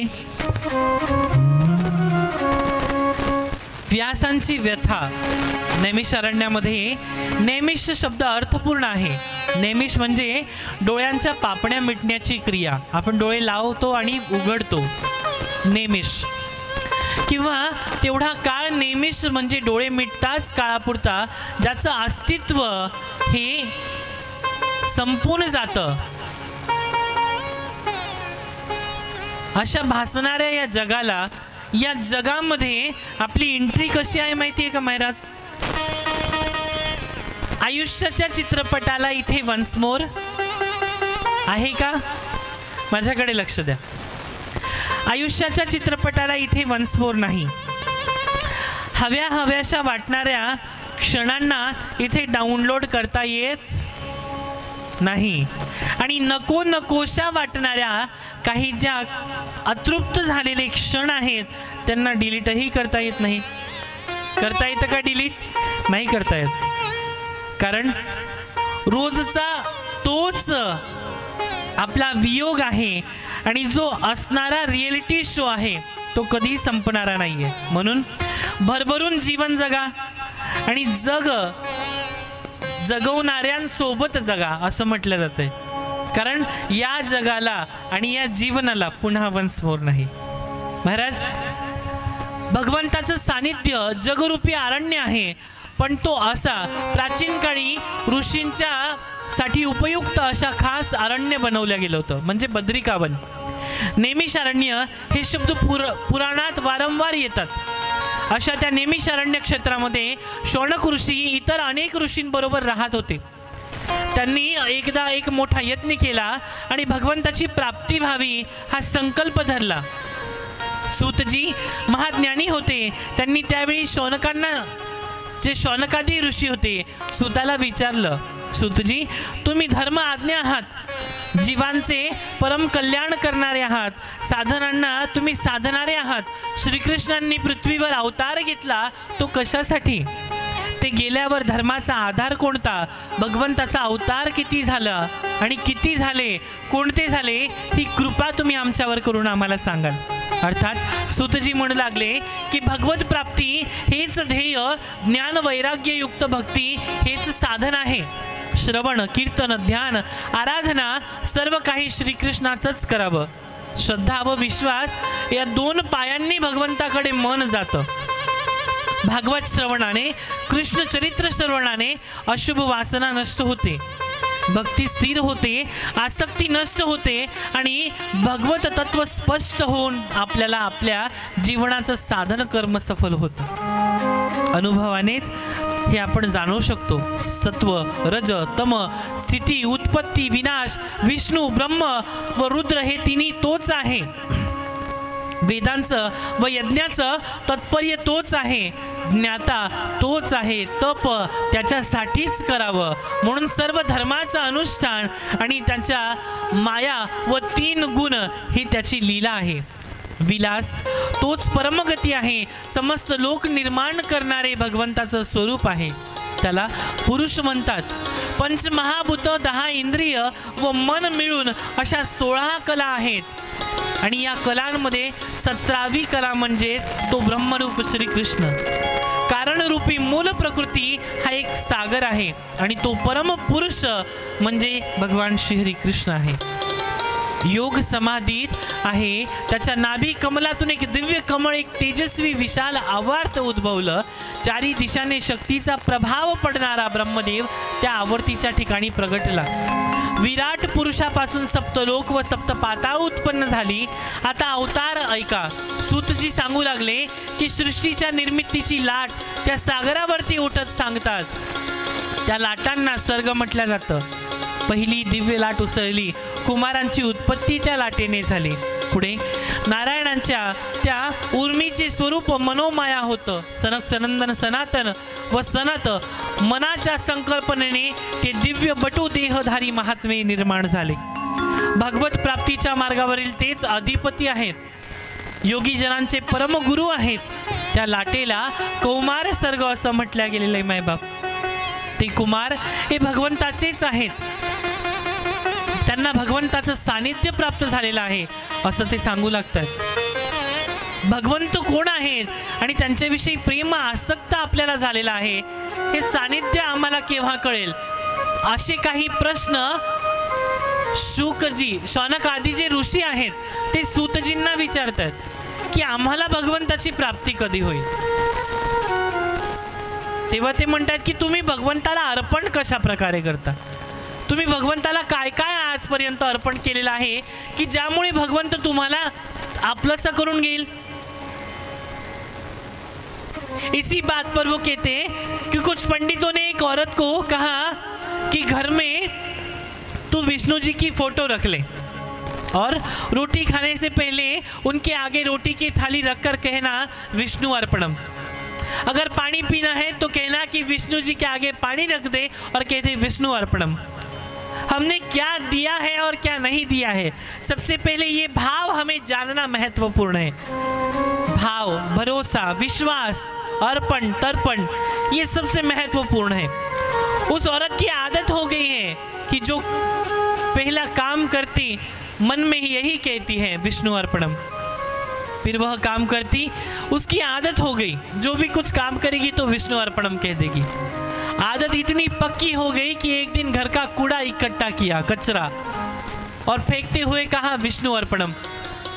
वही पास से नारद मुनि जा रहे थे, उन्होंने जब यह सुना तो उस औरत को थप्पड़ मारकर कहा विष्णु जी को कूड़ा अर्पणम कह रही है. विष्णु जी के प्रेम में रंगी औरत थप्पड़ पड़ते ही बोली विष्णु अर्पणम. अब तो नारद जी ने दूसरे गाल पर भी थप्पड़ मार दिया, फिर भी उसने यही कहा कि विष्णु अर्पणम. नारद जी उससे बात करते रहे, नारद जी ने उन्हें बहुत सारी बातें सुनाई, लेकिन फिर भी वो कहती रही क्या, विष्णु अर्पणम, विष्णु अर्पणम, विष्णु अर्पणम. लेकिन वह औरत कहती रही कि भगवान आप हो, आपसे ही मैं हूँ. नारद मुनि क्रोध करते हुए विष्णुपुरी चले गए और वहां देखते हैं कि विष्णु जी के दोनों गालों पर उंगलियों के निशान बने हुए हैं. दोनों गालों पर भगवान विष्णु के उंगलियों के निशान बने हुए हैं. पूछने लगे भगवान ये क्या हो गया, आपके चेहरे पर ये निशान कैसे पड़े. विष्णु जी बोले नारद थप्पड़ मारो भी तुम और पूछो भी तुम. नारद जी बोले प्रभु राम राम कैसी बातें करते हैं, प्रभु मैं आपको थप्पड़ कैसे मार सकता हूँ, आप तो मेरे परम पिता है. विष्णु जी बोले नारद जिस औरत ने कूड़ा फेंकते हुए यह कहा कि विष्णु अर्पणम और तुमने उसे थप्पड़ मारा तो वह थप्पड़ उसने मुझे अर्पण कर दिया. ये समर्पण का भाव है, ये अर्पण का भाव है, ये अर्पित थप्पड़ के निशान है जो उसने मुझे दे दिए. आपने उसे मारा था, उसने मुझे दे दिए. तो इस कथा के माध्यम से सिर्फ एक ही भाव मन में आना चाहिए कि आप अच्छा करें बुरा करें, जो भी आपके मन में भाव हो उसे आपको भगवान विष्णु को अर्पण करना है, भगवान दीनानाथ आशुतोष भगवान को अर्पण करना है. हम करते हैं? नहीं करते, क्योंकि हमारे जीवन में कभी हमने भगवान के साथ, संतों के साथ वो संगति लगाई ही नहीं. जिस प्रकार शौनक जी और सूत जी आज मिलन के अनुसार वो प्रेम का मिलन है, वो पराकाष्ठा का मिलन है जो ब्रह्म लोक में नहीं है, स्वर्ग लोक में नहीं है. भागवत प्राप्तीच्या मार्गावरील तोच अधिपती आहे असं ते सांगू लागतात. त्या लाटेला कौमार सर्ग म्हटल्या गेलंय आणि वराह अवतार त्यानंतरचं नारद म्हणतायत की नारद म्हणजे भगवंताचंच एक रूप आहे. नर व नारायण हे एकात्मा आहे असे दोघं ऋषी, त्यानंतर भगवत अवतार कपिल मुनी त्यांचाच अवतार आहे. दत्तात्रेय हेही भगवंताचेच एक अवतार आहे. ऋषभदेव, पृथु, मत्स्य हे त्यांचेच पुढील अवतार आहेत. मत्स्य अवतार हा पहिला नव्हे तर 10वा अवतार आहे. तिथून पुढे आणखी अवतार झाले आणि ते कृम, धन्वंतरी, मोहिनी, नरसिंह, वामन, परशुराम, अन्य 18वा राम व नंतर 19वा अवतार बलराम आणि 20वा अवतार श्रीकृष्णांचा. आणि पुढे कल्की नावाचा अवतार होणार आहे. शंबल ग्रामामध्ये विष्णू यक्ष ब्राह्मणाच्या घरी सर्व धर्मांची गुढी पुन्हा नीट घालण्यासाठी, पण त्या गोष्टी दुसऱ्या आहेत असं भगवंत सांगू लागतात. आपलं जे जड शरीर आहे त्यापेक्षा अव्यक्त अदृश्य असं शरीर आहे, त्यात भगवंताचा अंश शिरतो आणि तो अव्यक्त अवतार जीव भावास प्राप्त होतो. त्याला पुन्हा पुन्हा जन्म मरणाचे फेरे घ्यावे लागतात असं भगवंत सांगू लागतात. ते म्हणतात या जीवनामध्ये मायेमुळे कर्म घडतं आणि कर्मामुळे जन्म आणि जन्माने कर्म ही साखळी अशी चालूच राहते. पण परमेश्वराची कृपा झाल्यावर जीव परमेश्वर रूप होतो. भगवंताचं सनातन रूपात जन्म मरण नाही, तो सृष्टीची उत्पत्ती करतो, लयही करतो आणि त्याची लीला हीच आहे, क्रीडा आहे. तो सृष्टीत असूनही सृष्टीच्या पलीकडचा आहे. सूतजी ही कथा सांगू लागतायत. ते म्हणतायत शौनकांनी त्यांना विचारलं की राजा परीक्षित व राजा शुकदेव, इथे राजा म्हटल्या गेलेलं आहे शुकदेव मुनी महाराजांना, कारण की इथे त्यांच्या समान प्रवक्ता कोणी नाहीये. यांची भेट कशी झाली ते म्हणतात. त्यांनी त्या राजाला भागवत कथा का सांगितली? प्रथम प्रश्न, परीक्षितीचा जन्म कसा झाला, त्यांनी काय कार्य केलं, सगळं नीट आम्हाला तुम्ही सांगा असं ते म्हणतात. सुतांनी त्यांना सांगण्यास सुरुवात केली. ऋषीजन हो, व्यापार युगामध्ये व्यासांचा जन्म झाला. तुम्ही ती कथा ऐकली व्यास जन्माची. त्यांनी सर्व वेद एकत्र केले व त्यांचं पुन्हा 4 भागामध्ये विभाजन केलं. लोकहितासाठी त्यांनी अनेक पुराण महाभारत हा ग्रंथ रचला. पण एवढ्या लक्षावधी श्लोक रचना करूनही त्यांच्या मनाचं समाधान झालं नाही, आनंद समाधी लागली नाही. काव्यांचा आनंद ब्रह्मानंदाचा दुसरा त्याला कुठल्याही प्रकारे लाभला नाही. ब्रह्मानंदच अगदी त्यांच्या जवळ असून सुद्धा त्यांना ते मिळालं नाही. व्यासांना काव्य रचनेत कृतार्थता वाटली नव्हती, त्यामुळे त्यांचं मन विक्षिन्न झालं होतं. अशा वेळी नारद मुनी तिथे त्यांच्या समोर येऊन उभे राहतात आणि श्रीमन नारायण नारायण नामाचा जाप करतात.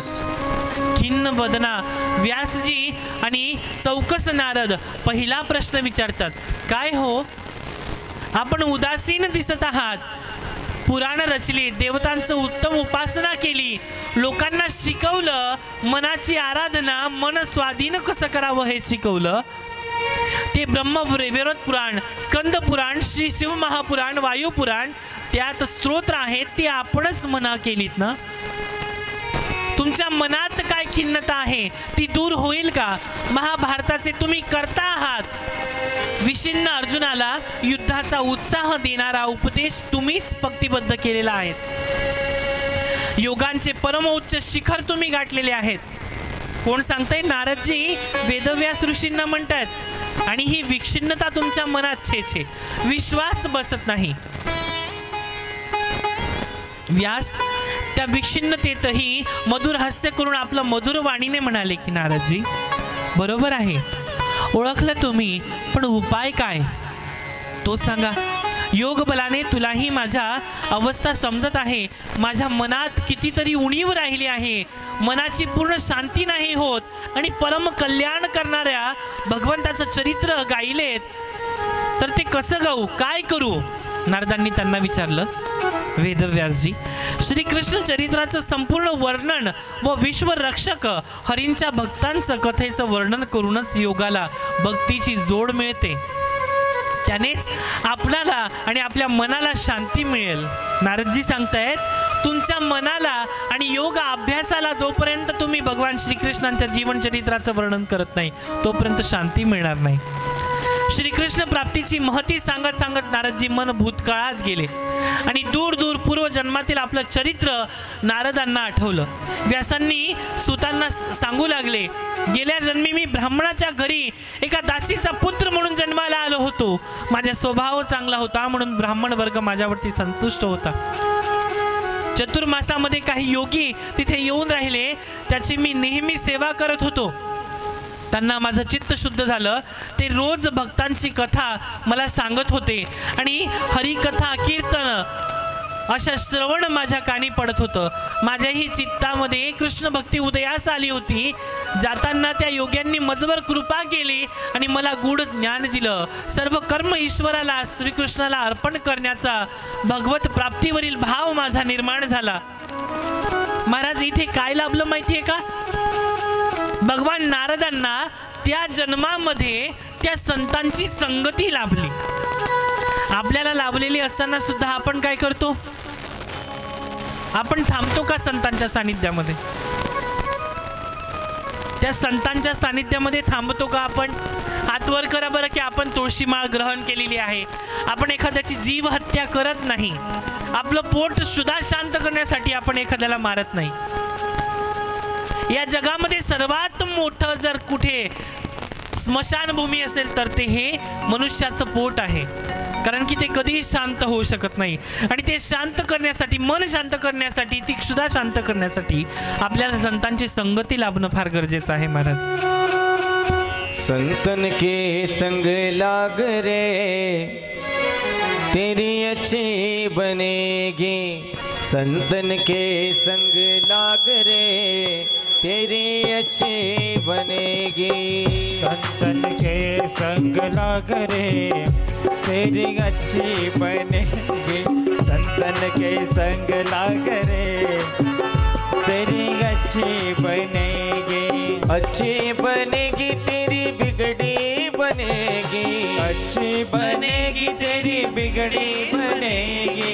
अच्छी बनेगी तेरी बिगड़ी बनेगी. अच्छी बनेगी तेरी बिगड़ी बनेगी. हरि शरण में, हरि शरण में लाग रे तेरी अच्छी बनेगी. संतन के संग लाग रे तेरी अच्छी बनेगी.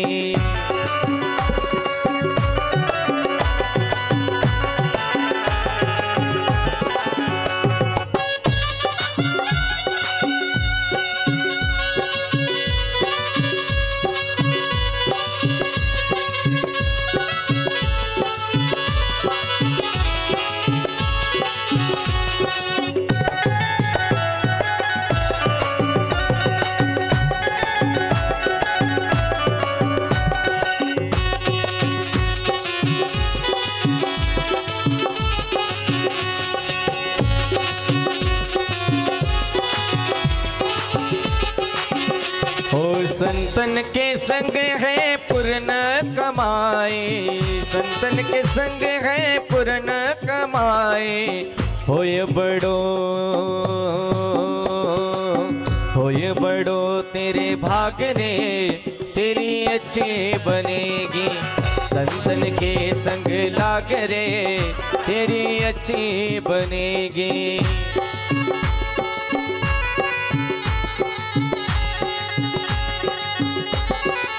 जय हो.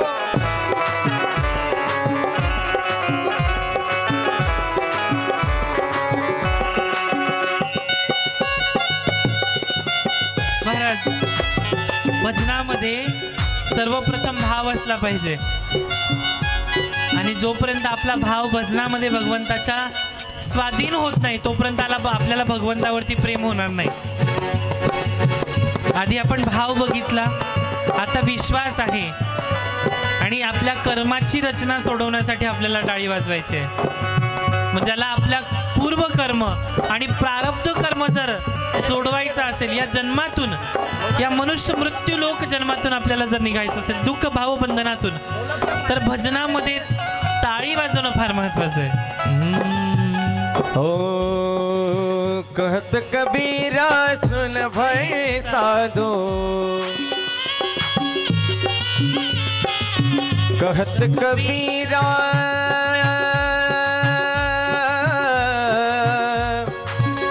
कबीरा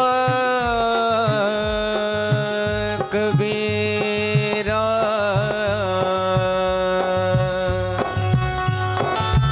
कहत कबीरा सुन भाई साधो. कहत कबीरा सुन भाई साधो.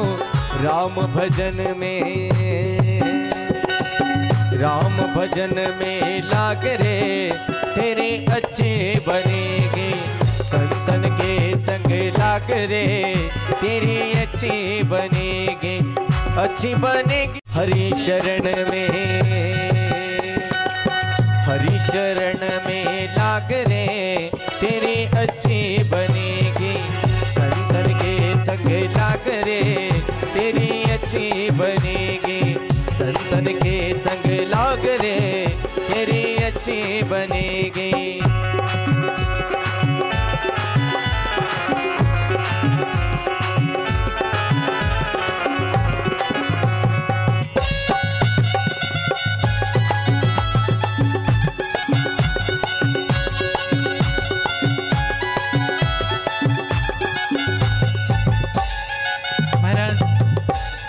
जोपर्यंत आपल्याला संतांचं सानिध्य लाभत नाही तोपर्यंत आपल्याला भक्तीचा भाव आणि त्यावरती असलेला विश्वास मात्र आपला दृढ होत नाही। मग त्याच्यासाठी काय गेलं पाहिजे? तर इथे नारदजी सांगतायत की हरिकथा कीर्तन माझ्या मनामध्ये त्यांनी रुजवलं। आपणही भगवंताच्या प्रेमा रसात न्हालो आणि लीलांचं वर्णन करा, त्याच परत संतोष आहे असं ते म्हणू लागले। व्यासांना अगदी उत्सुकता वाटली। त्यांनी विचारलं, ते योगी निघून गेल्यावर तू काय केलं? तिथे नारदजी म्हणतायत, स्मरणपूर्वक मी सांगत राहिले, माझ्या आईची माझ्यावरती खूप माया होती, ती मला सोडवेना। ब्राह्मणाच्या घरी मी राहिलो, पण हरी हरी असं मनात टाहो फुटत होता। कुठेच लक्ष नव्हतं लागत। देहाने मी तिथे होतो, पण मन कृष्ण लीलेकडे, विष्णू लीलेकडे वेड झालेलं होतं। काही दिवस असे तळमळत गेले। मला तप करायचं होतं, पण बोलायचं कुणाजवळ? एक दिवस माझी आई गौमातेच्या दुग्ध दोहनासाठी गोठ्यामध्ये गेली आणि सर्पदंशामुळे तिचा मृत्यू झाला। माझ्यावरील मायेची सावली लुप्त झाली। मी एकटा उरलो, माझं असं कुणी उरलंच नाही आणि हीच संधी मला होती की मी भगवंताचं सानिध्य साधावं। ब्राह्मणांच्या घरातून मी बाहेर पडलो, अरण्याचा मार्ग धरला आणि स्नानादिकाची सोय नदी तिथे माझी झाली।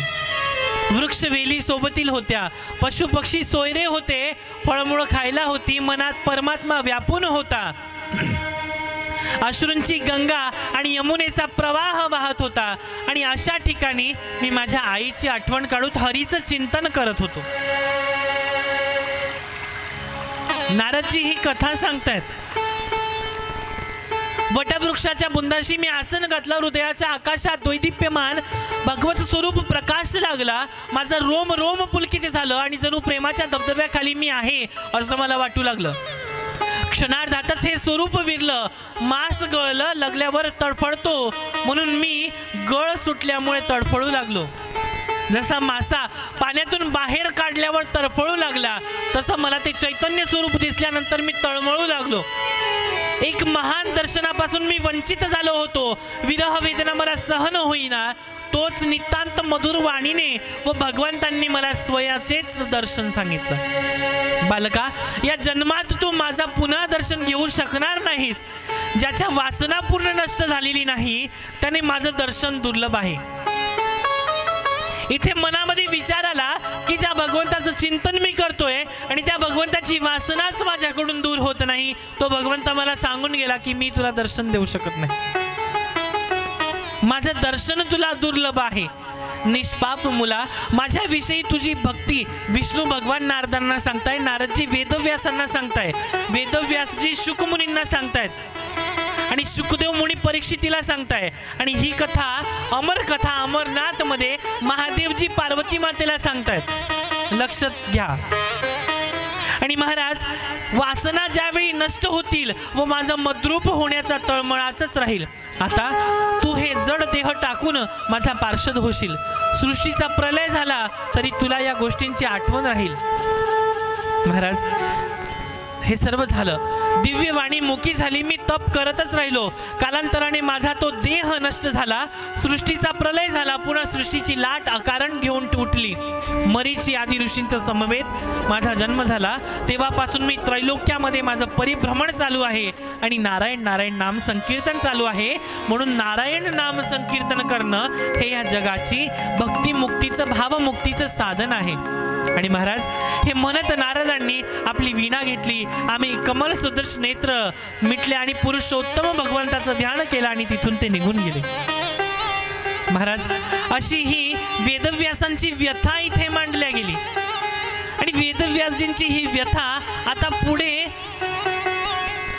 कशी कथा झाली हे आता शुकदेवजी सांगतायत। आता शुकदेवजींना काय ही कथा कशी कळाली?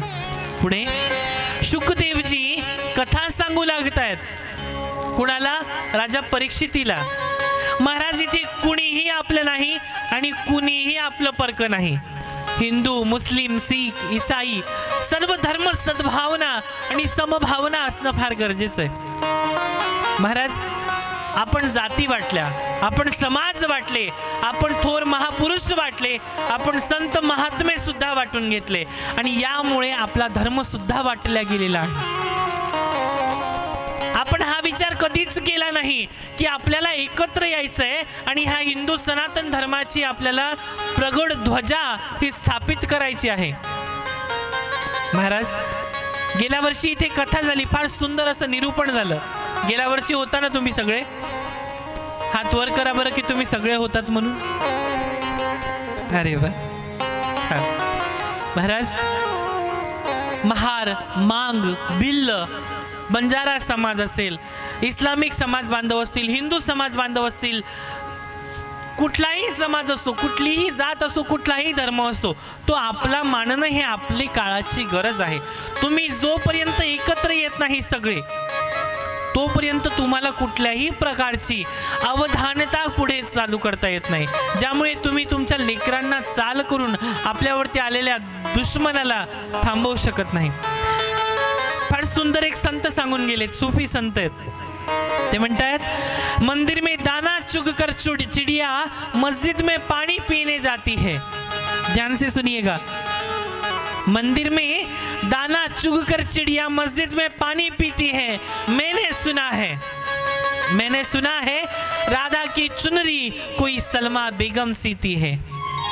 एक रफ़ी था महफिल में रघुपति राघव गाता था, एक प्रेमचंद था बच्चों को मस्जिद में ईदगाह सुनाता था।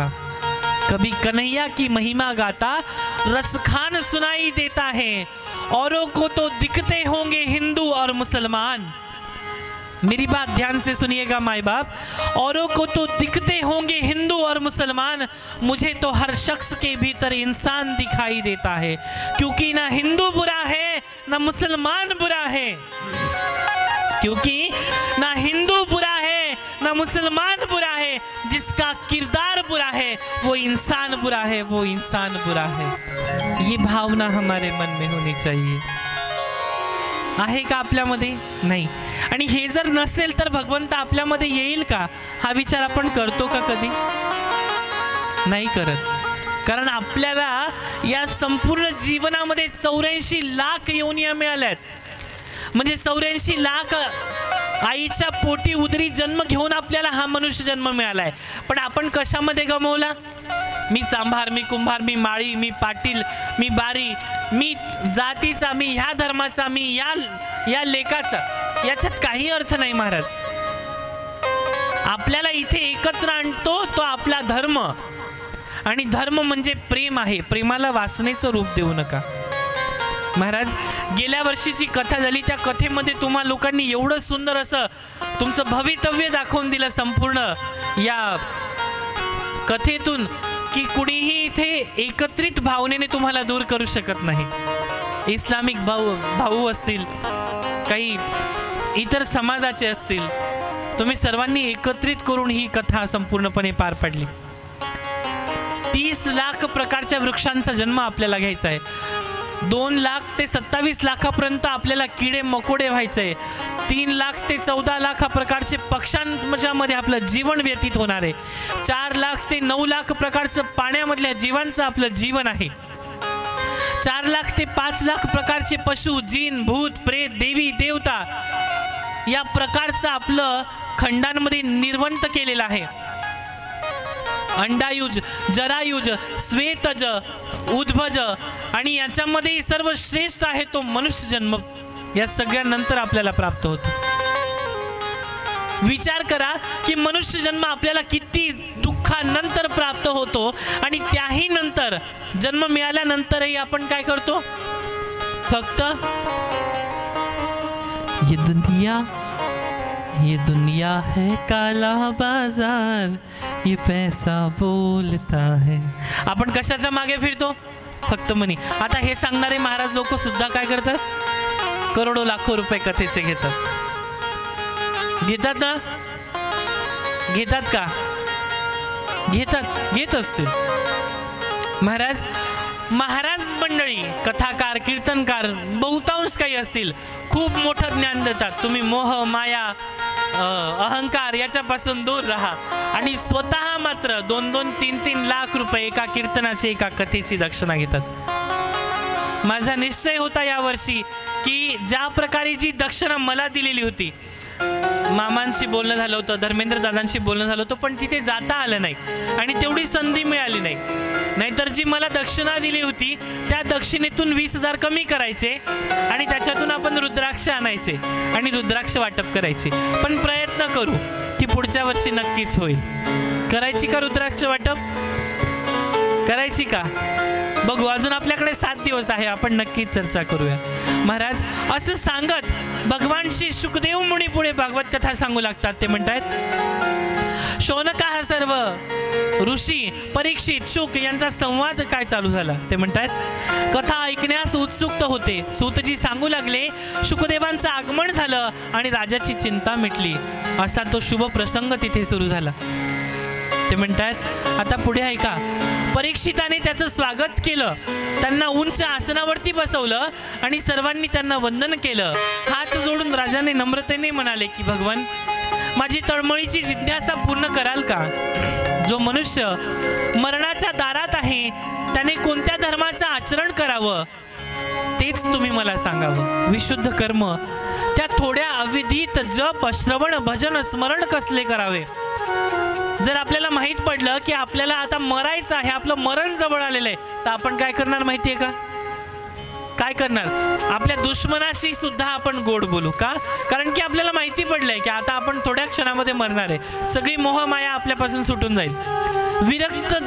विरक्त वेश आपल्यामध्ये स्वीकार होईल. विरक्त शुकदेव प्रश्न करू लागतायत. प्रश्न असा होता की ते म्हणतायत की त्यांचा आवडता विषय तरी काय? कितीतरी सांगण्यासारखे होते, पण मर्माज्ञ शुकदेवांनी 2 वाक्यात त्यांना परम सिद्धांत सांगितला. ते म्हणाले, राजा, या जगात मी व माझं म्हणून तू जे जे आपलं समजशील ते ते असत्य आहे, लटकं आहे, सगळं खोटं आहे. राजा, या असार जगामध्ये ज्याला अभयपद आहे त्यांना हवं श्रीकृष्णांच्या चरणांचं त्यांनी नित्य ध्यान करावं. तोच एक उपाय आहे. खरं ते एक सानिध्य आहे. निर्गुणावर माझी निष्ठा आहे, पण कृष्णाच्या गोष्टीत मी रमतो. शेवटी कृष्णाचं स्मरण राहावं म्हणून अजन्म कृष्ण भक्ती पाहिजे. कृष्णासाठीच जगलं पाहिजे, त्याच्याच ज्ञान करून घेतलं पाहिजे. मुक्त झालो तरी त्याला उरेत कृष्ण स्मरण, कथा, कीर्तन, सार, हे संपूर्ण सार तत्व हरिनाम संकीर्तन, हरिशिवाय अज्ञान आहे. मरण काळी भिवू नये. ओम हे एकच अक्षर आत्मवाचक आहे. मन एकाग्र करून ओमाचाच जाप त्यावेळी करावा. इंद्रिय आवरावी, मन आवरावं, प्राणायाम करावा, इच्छा आसक्ती जिंकावी. मन भगवंताच्या प्रणव स्वरूपात, ओंकार स्वरूपात लावावं. आपण कशामध्ये लागतो? Money. Time is money, money is a time.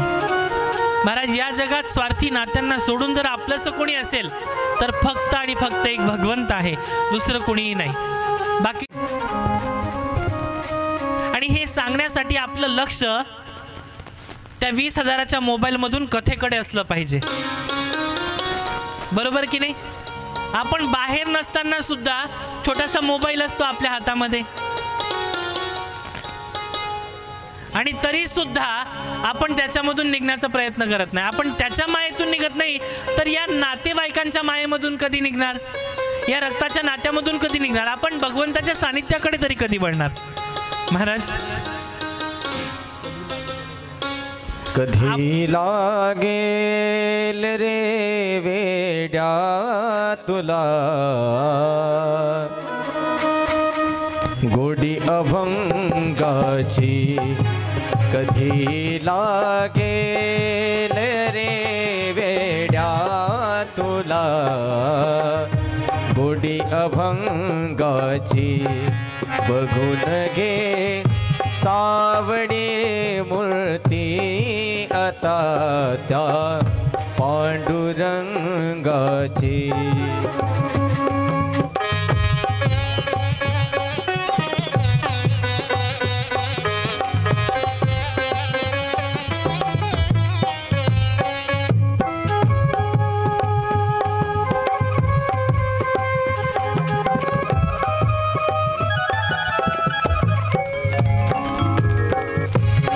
मनोभावे भजन तू कर प्रभूच्या, लाग चरणाला प्रभूच्या. लाग चरणाला प्रभूच्या लाग चरणाला करुण घे भक्तीने शोधी तुझ्या त्या अंतरंगाची कधी लागेल रे वेड्या तुला गोडी अभंगाची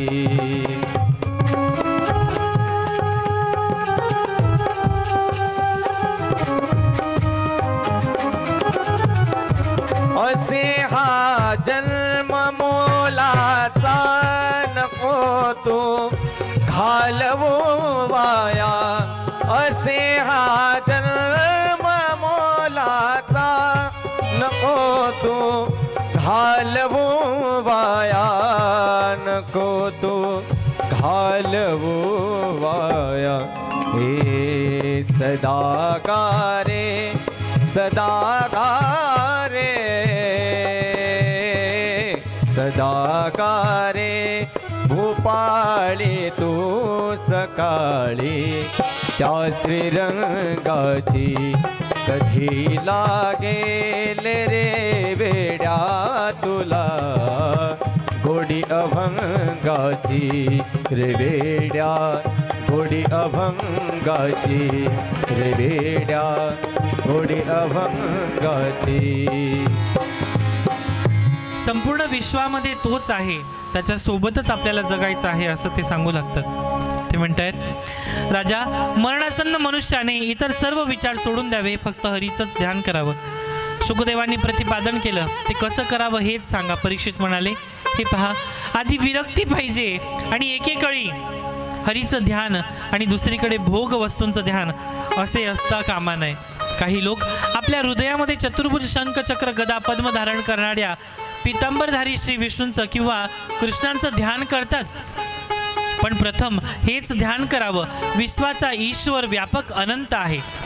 असं भगवान सगुण व निर्गुणही आहेत. जोपर्यंत हृदयातील या मूर्तीवर मन एकाग्र होऊ शकत नाही तोपर्यंत याचाच सतत अभ्यास करावा असं परीक्षिताला सांगू लागतात. महाराज परीक्षित राजाला ते कथा सांगतायत आणि पुढे म्हणतायत की भगवंताचं यावरती असीम प्रेम ज्यावेळी आपण करतो त्यावेळी जेव्हा संपूर्ण सृष्टीची कालरचना सुरू झाली त्यावेळेस श्री शुकदेव मुनी महाराज जसे जन्माला आले, आपल्या मातेच्या उदरातून त्यांचं प्रागट्य झालं, त्याच वेळी भगवान श्री शुकदेव मुनींचे वडील यांनी आपल्या बालकाला आग्रहाने आवाज दिला. यम प्रभजंत मनुपेतमपेत कृत्यम द्वैपायनो विरह कातर आजुहाम पुत्रेति तन्मयतया तरवो विनीन्दु स्तं सर्वभूतं हृदयं मुनिमानतोस्मि. समस्त वेदांचा सार आणि संसारामध्ये जे फसलेले लोक आहेत यांचे जे वेदव्यासजी सोडवण करतात असे शुकदेवजी यांचे पुत्र यांच्यामध्ये वेदव्यासजी अडकतात. यांच्यापासून सुटका कशी व्हावी अशा शुकदेव मुनी महाराजांना आपण नमस्कार करूया.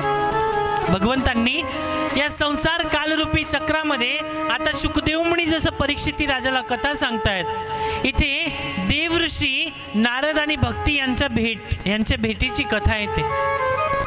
इथे भागवतामध्ये सर्वात प्रथम सत्य मानले जाते. महाराज सत्य काय आहे सांगता येईल का आपल्याला?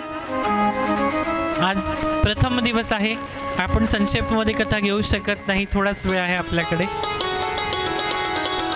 सच्चिदानंद रूपाय विश्वोत्पत्त्यादि हेतवे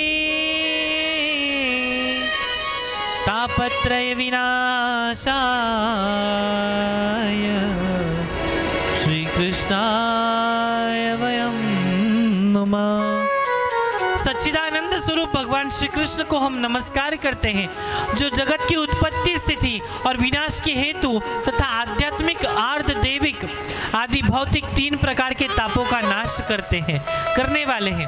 आदि दैविक, आदि भौतिक आणि मानसिक तापांचा नाश करणारे भगवान, अशा भगवंताला आपण नमस्कार करूया।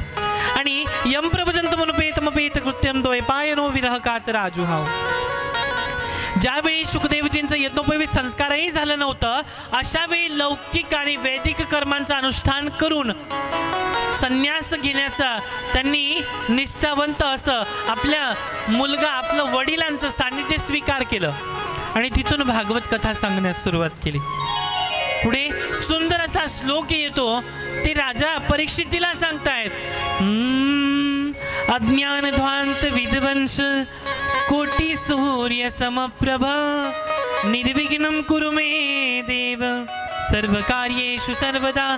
इथे 2 श्लोक आहेत, अज्ञान ध्वांत विध्वंस कोटी सूर्य समप्रभ एक, दुसरा आहे सुताक्याही कथा सारम मम कर्ण रसायनम। महाराज, कोटी सूर्याप्रमाणे सुद्धा ज्यांचं तेज भगवंताच्या एका स्मित हस्त्यामध्ये आहे, सुताक्याही कथा सारम मम कर्ण, त्या सुरांचं, त्या कथेचा सार मला मिळाला पाहिजे, असं सूतजी शौनकजी यांच्यामध्ये संवाद चालू आहे। सुंदर अशा भक्तवत्सल करुणावरुणालय देवर्षी नारदजी यांची भक्तिमातेशी भेट होते।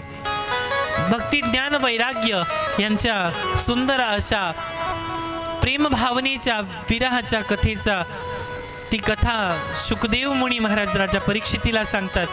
पुढे भक्तिमातेचा उद्गम कुठून झाला, कसा झाला, आणि पुढे ज्या कथा आहेत आपल्या भक्तिमातेचं दुःख कसं ते दूर करतात, भगवंताचं महात्म्य काय आहे, भागवत कथेचं महात्म्य काय आहे, भागवत कथा काय आहे, जेव्हा मनुष्याला कळतं तेव्हा सार तत्वाची जाणीव आपल्याला होते। म्हणून महाराज, या कथेचं सार तत्व जाणून घेण्यासाठी आपल्याला काय लक्षात घ्यायचं हे लक्ष असू द्यावं। प्रथम इंद्रियों में मन, लक्षात घ्या, इंद्रियों में मन, शब्दों में ओमकार, यज्ञों में जप यज्ञ, वृक्षों में पीपल, मनुष्यों में राजा, शास्त्रों में वज्र, पीतरों में आर्याम, दैत्यों में प्रहलाद, नदियों में गंगा, अक्षरों में आकार, समांसों में द्वंद्व, छंदों में गायत्री, कवियों में शुक्राचार्य, महीनों में मार्गशीर्ष, ऋतुओं में वसंत, जलाशयों में समुद्र, घोड़ों में उच्चश्रवा, हाथियों में ऐरावत, गौ माताओं में कामधेनु, सांपों में वसुकी, नागों में वसुकी, शेषनाग। जिस प्रकार ये श्रेष्ठ है, उसी प्रकार द्वादश आदित्यों में विष्णु, सेनापतियों में स्कंद, शस्त्र धाराओं में राम, वृष्णिवंशियों में वसुदेव कृष्ण, पांडवों में धनंजय, स्थिर रहने वालों में हिमालय, इन सभी में श्रेष्ठ है श्रीमद् भागवत की विभूति, क्योंकि इन सभी के अंदर भगवान के प्रेम का सानिध्य छुपा हुआ है। आज की इस पावन पुनीत कथा को हम यही विराम देते हैं। कथा के जो यजमान है वो आरती के लिए ऊपर आइए। उद्यापासून कथा 7 वाजेला बरोबर सुरू होईल।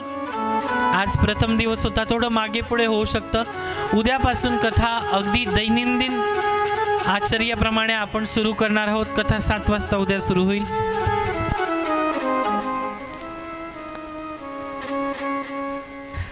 आरतीसाठी सर्वांनी जागेवर उभं राहायचंय आणि माझी कळकळीची विनंती आहे, उद्या कथा 7 वाजता ठीक सुरू होईल, एवढं सगळ्यांनी लक्षात असू द्यावं।